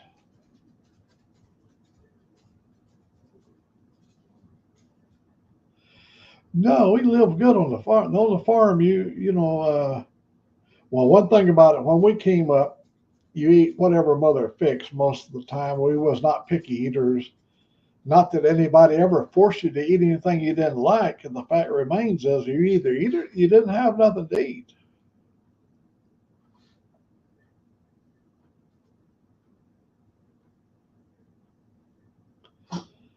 Yeah, I've got reservations on the coconut oil, and I have nothing to base that upon except what I have read. No, my mother loves sheep. My mother loves sheep, and when I got to California, my mother made me my first lamb chops and a lamb roast. Yeah, she made the first lamb we had in California, and but we never raised any sheep, and we'd never slaughtered any sheep. But we've eaten it, and I have no objection to it. I've eaten it in many different ways.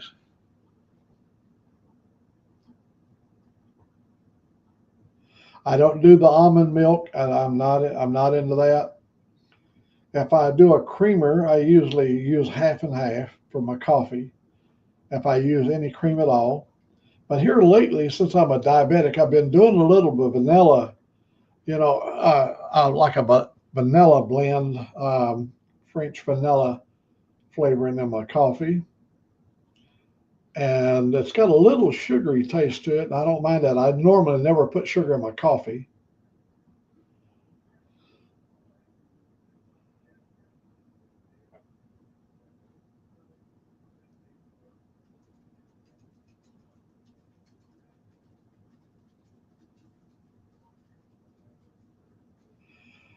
Oh yes, Connie can tell you, my sister. We had a lot of children at home, and my mother could make a meal out of almost nothing. I don't know how she did it. My mother, we have a thing called lima beans here in the South, or butter beans. We here in Alabama refer to them more butter beans than lima beans, big dried butter beans. And my mother would have just a handful of butter beans, and she'd had her big old cast iron pot. She'd put them butter beans in the water and stuff, and some fat back meat, salt pork in there. When she didn't have very many beans, she would make dumplings, made butter bean dumplings. Now, that's going to be fatty. It's going to have a lot of calories. And we'd eat them butter bean dumplings. Hey, retired rider. Man, it's late for you, buddy. Oh, no, you're on the same time zone as me, I think. Good, good, good late hump day.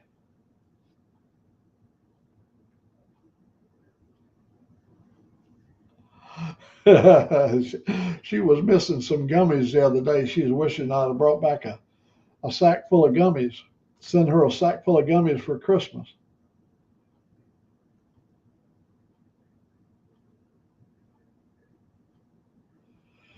My wife was a tea drinker. She liked Earl Grey. I mean, I don't know if that's a worldwide blend or not, but she would drink that Earl Grey. She drank her tea hot. She never was a fan of iced tea or sweet tea. She liked hot tea. And I have seen her put a little cream in her tea,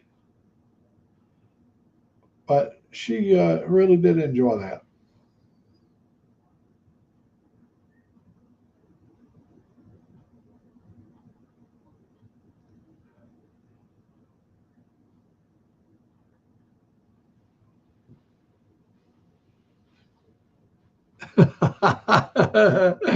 No, yeah. I was telling the guys last night when I was in Washington, I bought these Butterfingers. Now they're Butterfingers Mars bar, the Butterfinger, yellow little yellow sack that the Butterfinger comes in, chocolate covered, firm candy. But up there in Washington, we bought the Butterfingers with THC.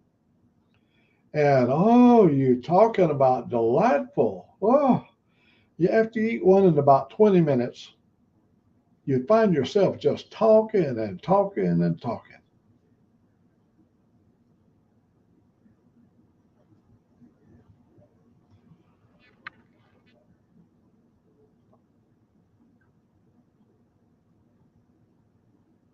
Oh, thank you. Thank you, Robin. My daddy made taffy, but my daddy would make it an old Southern recipe using sorghum molasses, and we enjoyed the pulling. When you pour the taffy out, all that stretching and pulling. I mean, oh, he would make my daddy every year would make us taffy, and we enjoyed it. We'd get a great big old chunk of it, and it was good.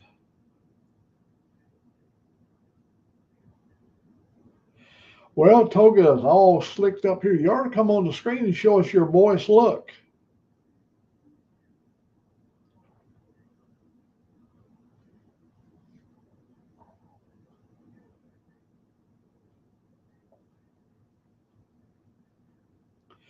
Oh, I can. I'm sure you could. I never had the taffy with THC, but I had the Butterfinger, and but each of the little Butterfingers, I think, was about $10 a piece. They were pretty spendy, but they were good. Well, it was better to me. I thought it was better than drinking. I mean, you know how it is when you have a couple of drinks before dinner, maybe now your belly's partly full of the liquid, or have a couple of drinks after dinner and then you're all bloated up and everything. You don't get that with the drop one of them gummies there. You don't get the bloated feeling, and you certainly feel good.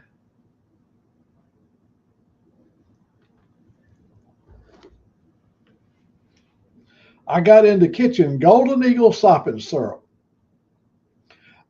It's made in Fayette, Alabama. It's called Golden Eagle sopping syrup, and it's got a lot of honey in it, and we love it. I've got a jar of it in there. In fact, the other day she brought me two pancakes in here. It had Golden Eagle. She brought me the little pitcher of Golden Eagle, and she warmed the Golden Eagle up in the little pitcher, and I poured it. Oh, yeah, it was so good.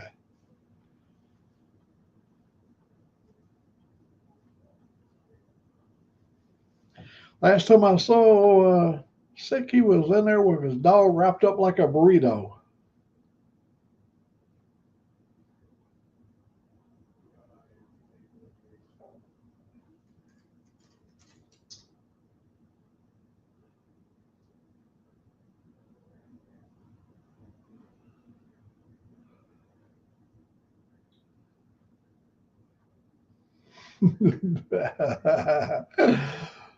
Yeah,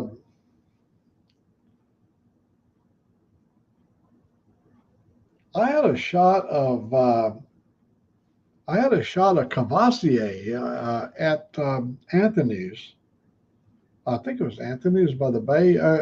It was down in Des Moines, Washington, right on the bay there. We'd been out in the fishing boat. Yeah, the Golden Eagle.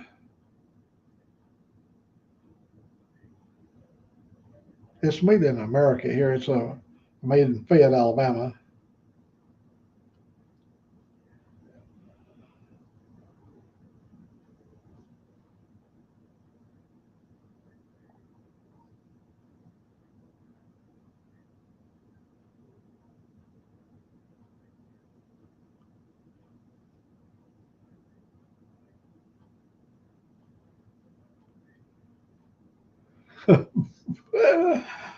Oh hell yes!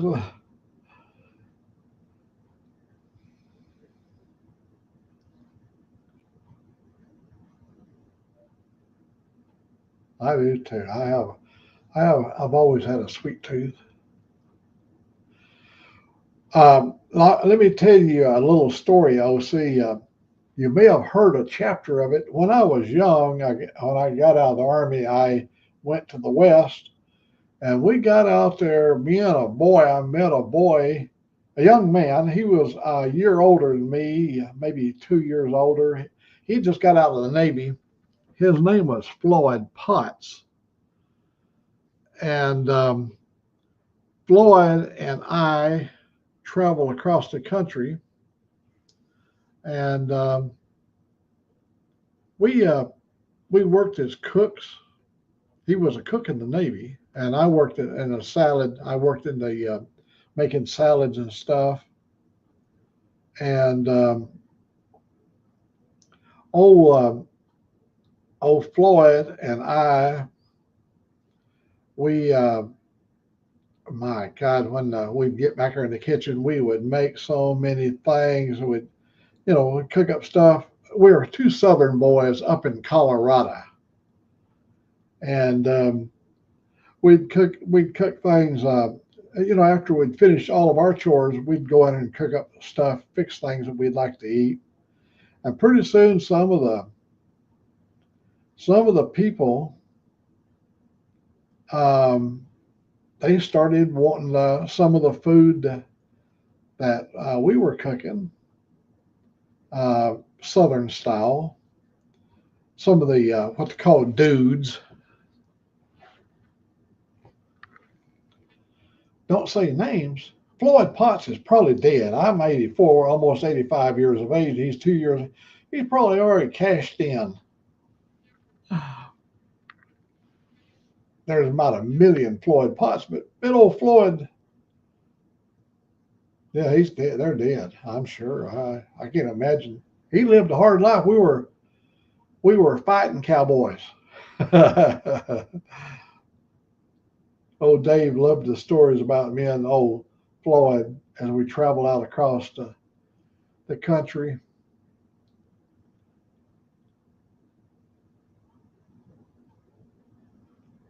Yeah, he baked cakes. Oh my God, he made so many cakes.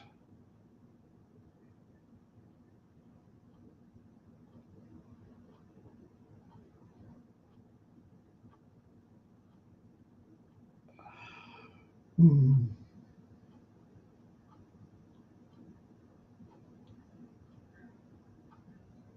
22 cakes. Oh my God.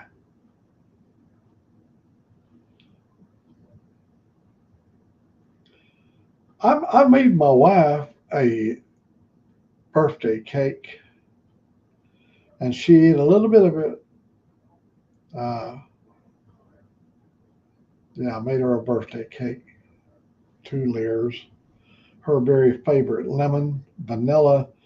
The cake was a vanilla cake with yellow cake with lemon icing. Fruit cake. I love fruit cake.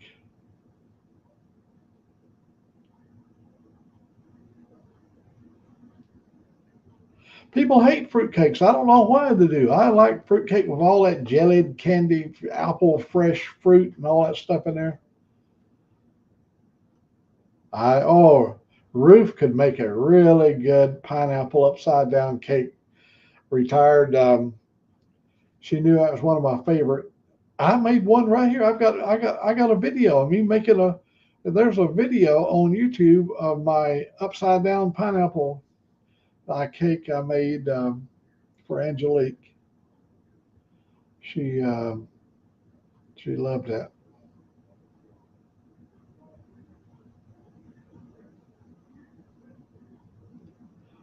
I had a I had a sister-in-law, Joan, that made the best fruitcakes in the world. And I was living in Washington, she was living in Alabama, and we'd make a trip down to Alabama, and we always took back a fruitcake in a canister back to Washington for Christmas. It was so good.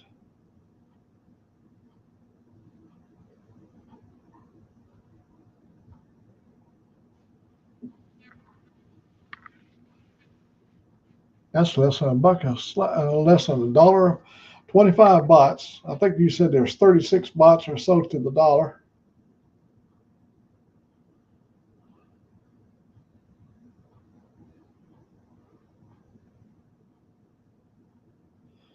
Mine was, we made my upside down pineapple in a, mine was round in fashion. I liked all that nice sticky stuff when you get it out, all that caramel icing all around the pineapple soaked into the cake. Woo.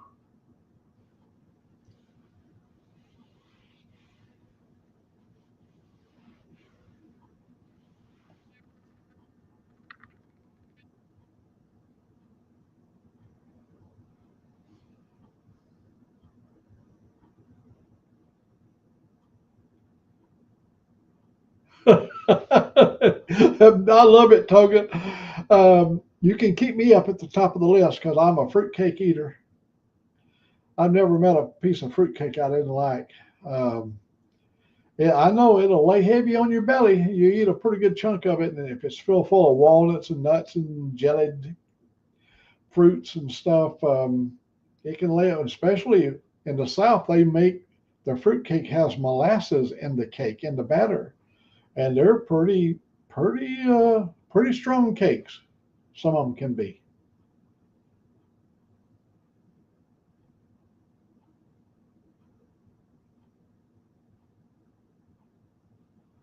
I've got these pans that I bought for making my cake that you put the parchment paper in it and you got a strap and then you can latch them into place and you never have a bad cake. When you open up that latch, that cake is always the right baked all the way around and I bought those pans because I have had the hardest time getting cakes out of the pans without pulling the bottom loose and all that stuff and with them pans you don't ever have to worry about it. I don't even what you call them. I like rum. They now when Ruth made fruitcake, she would put it up and she would set it up and put cheesecloth over it, and it would be wrapped up in this cheesecloth, but the rum wouldn't escape. Oh golly! You about a month or you didn't eat it the first week. Now you waited a month or so before you even start to try to eat it. Really, that's right. The ring pans. Yeah, they're really good. They're really for a guy that I'm not very efficient in the kitchen, um, but the pans sure make it nice. I like brandy. I like stuff that's there's just so many good things in the world. I am a sweet eater, so I can't imagine life without pies and Angelique does not eat pie. She won't touch pie. She loves cake, but she don't like pies. Now Angelique made me rum balls. Nah, no, no, I made the last batch of rum balls. She made me sausage balls with jalapenos in them, chopped up bits of jalapenos, sausage balls. And we used Jimmy Dean sausage and and it had, what else? Some kind of a cheese in there. Oh, you talking about good. I was eating them things for about a week. About that big around, you could almost pop one, throw it in your mouth and it would be just, your head would bust with flavor.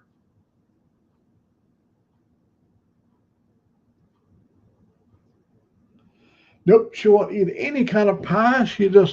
Well, she has taken a bite of my pie. I made I made a French apple pie with raisins, and that's my mother's was her favorite. She liked with raisins too, and I made one with raisins in it, and she ate a piece of that, and she really liked it. We call it French apple.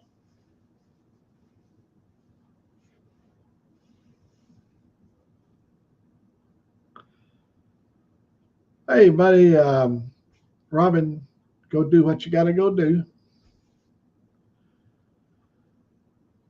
Y'all know you know how to find your way back. Hey, good night, retired writer.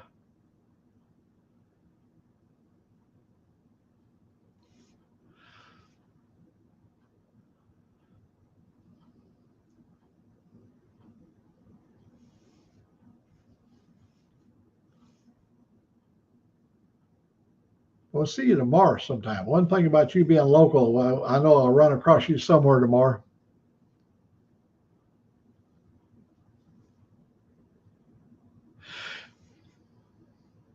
Yeah, it's you know, raisins got a lot of natural sugar, and then when they're in that filling, that where the apples are cooked, that nice sauce that's in the apples, the raisins are all plumped up in that, and it's getting the right combination of raisins with the apples, and I always cook my raisins separate and then blend them together.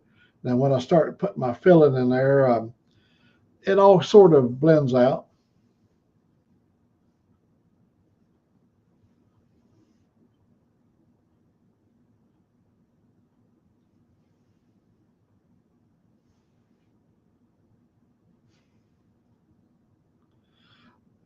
Oh, that's cool. Thank you, Connie. That's nice.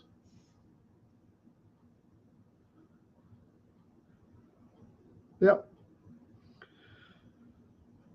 Joyce, like she was a good cook too. You know, she liked cooking. You know, I come over and had dinner with you over there at your house, and you fried me some potatoes. You remember I said I was just dying for fried potatoes, and you made me a batch of fried taters, and me and you eat a big plate of them fried taters with all the other stuff you had on there too. I think me and you and Richard.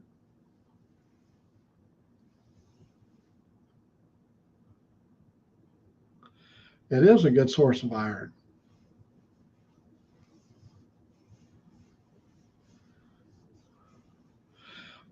I would say it put lead in your pencil there, OC, but at my age, I don't have anybody to write to.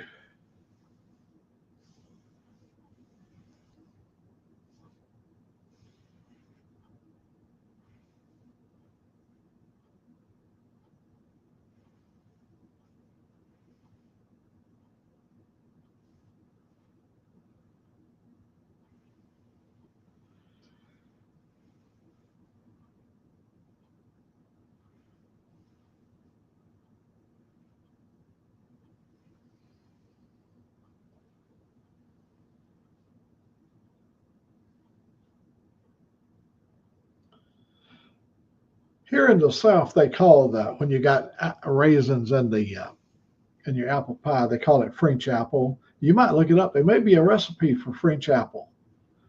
There's a company here in the South called Hostess that makes a French apple pie that you can buy for 59 cents, or I think they're up to like 89 cents now, but it's a French apple. It's got apples with filling and raisins in it and a beautiful crust and like a fried pie. I love fried pies. There's a place up here at Smith Lake on the side of the highway, County Road 222, and they sell fried pies all summer long up there. They got just they deep fried pies. Oh my God, it's good.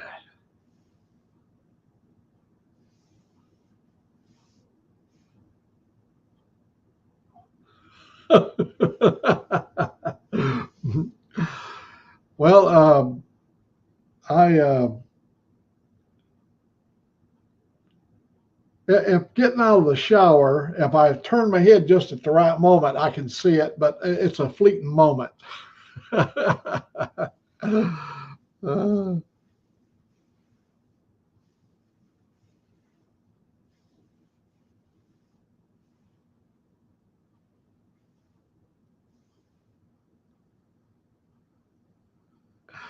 yeah, I know the feeling. Here's what's happening here, OC. At 84 years of age, my sand has shifted. I look at it. I've almost got man titties.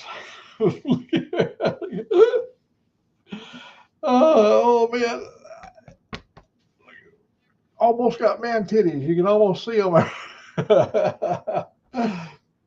My jaws have shifted down there. Now they're all down here around my man titties are down here around my waist now.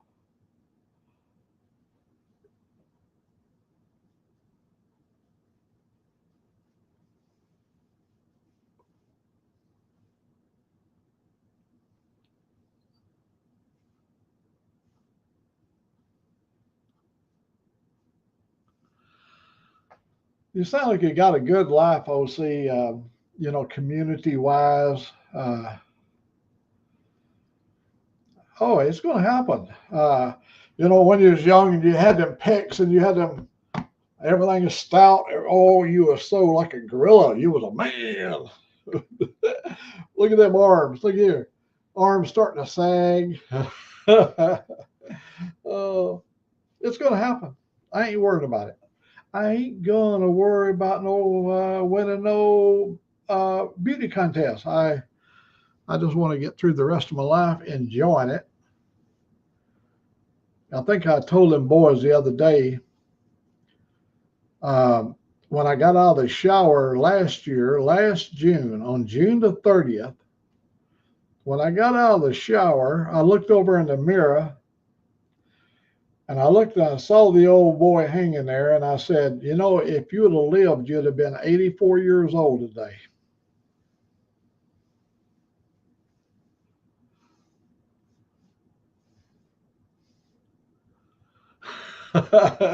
we used to, I used to tell the story. My brother Robert is 4 years younger than me.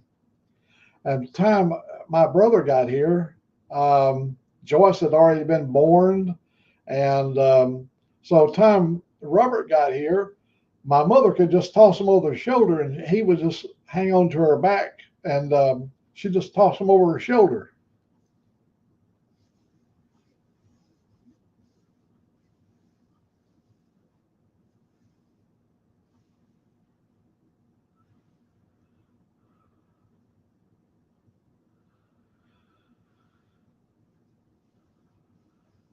That's good. Oh, see, I'm glad that you're having a well, it's all your attitude. In other words, you go into, you leave your country after serving your country well, and you're retired.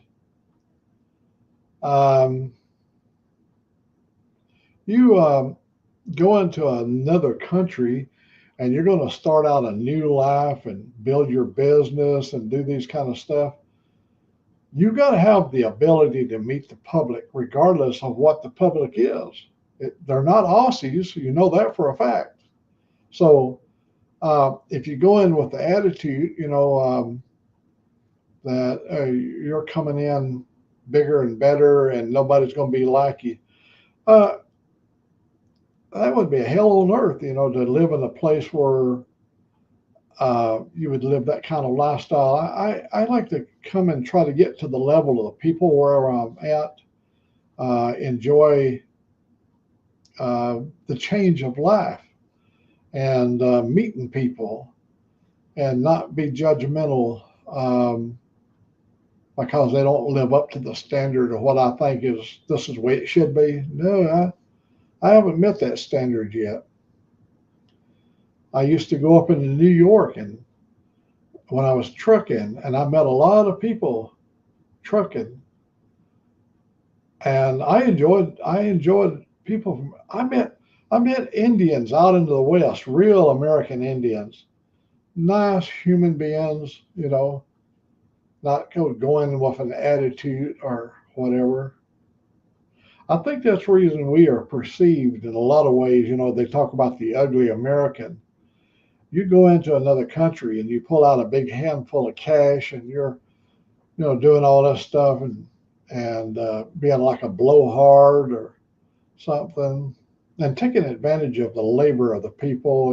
I mean, it's nothing wrong in capitalizing on the labor, but holding it over their heads that they'll never be as important as you. That can only just take you so far. Pause from the screen. Oh, it's telling me I need to take a break. Just a quick reminder to pause from the screen. I don't know what that's about. I think it's trying to tell me what is. Oh, I know. I left it. I left it running over on YouTube. Let me turn that off. I left the phone running on YouTube.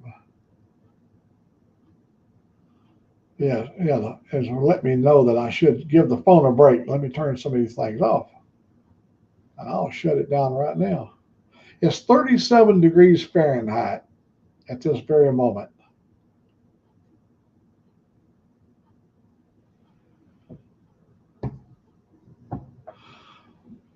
I've never been that way. Oh, see, we're just not those kind of people. We're not one about flashing money. We just don't do that stuff. I hated those people that just kept pulling more and more. They pull them out of their shirt pocket, reach in here. Oh yeah, you. But they are. That makes you can come off so ugly, especially where one of those bills can buy so many favors. That's so bad. I mean, that's capitalizing on it that way, you know. Use it, man. Enjoy your life, and but don't let it be an issue where envy is a horrible thing. And you know, after a while, the envy, first comes envy. They envy the fact that you got so much wealth, and then becomes resentment because they worked all their life and they'll never have that kind of life. And then resentment comes, and then dissension, you know, where they don't think as well of you.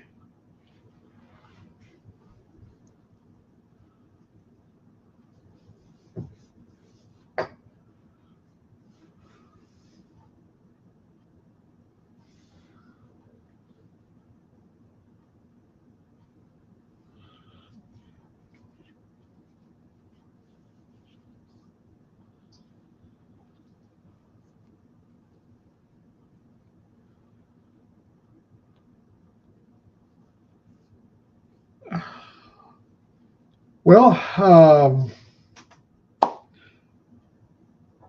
I think I will.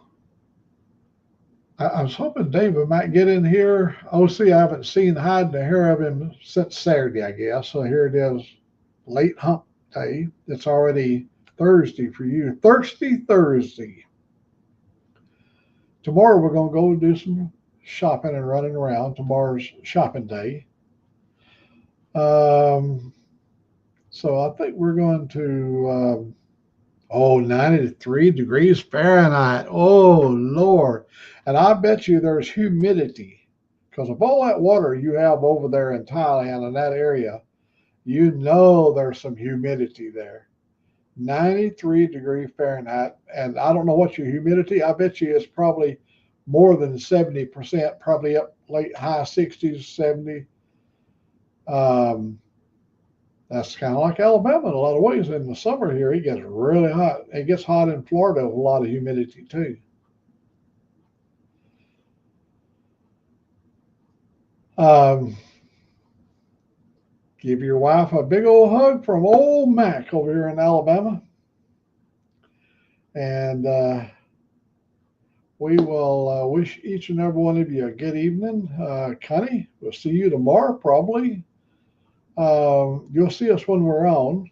When I'm on somebody else's page, I don't, the notification goes out, but when I'm on my page, it always sends out notifications that I'm on. So it's pretty easy to find me.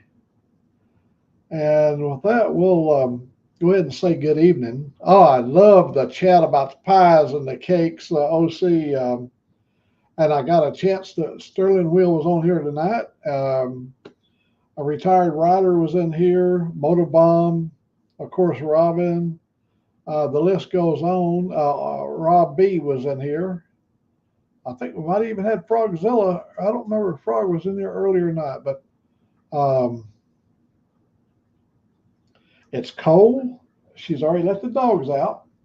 And I am going to go ahead and sign it off and wish each and every one of you a good evening and love to each and every one of you. God bless you.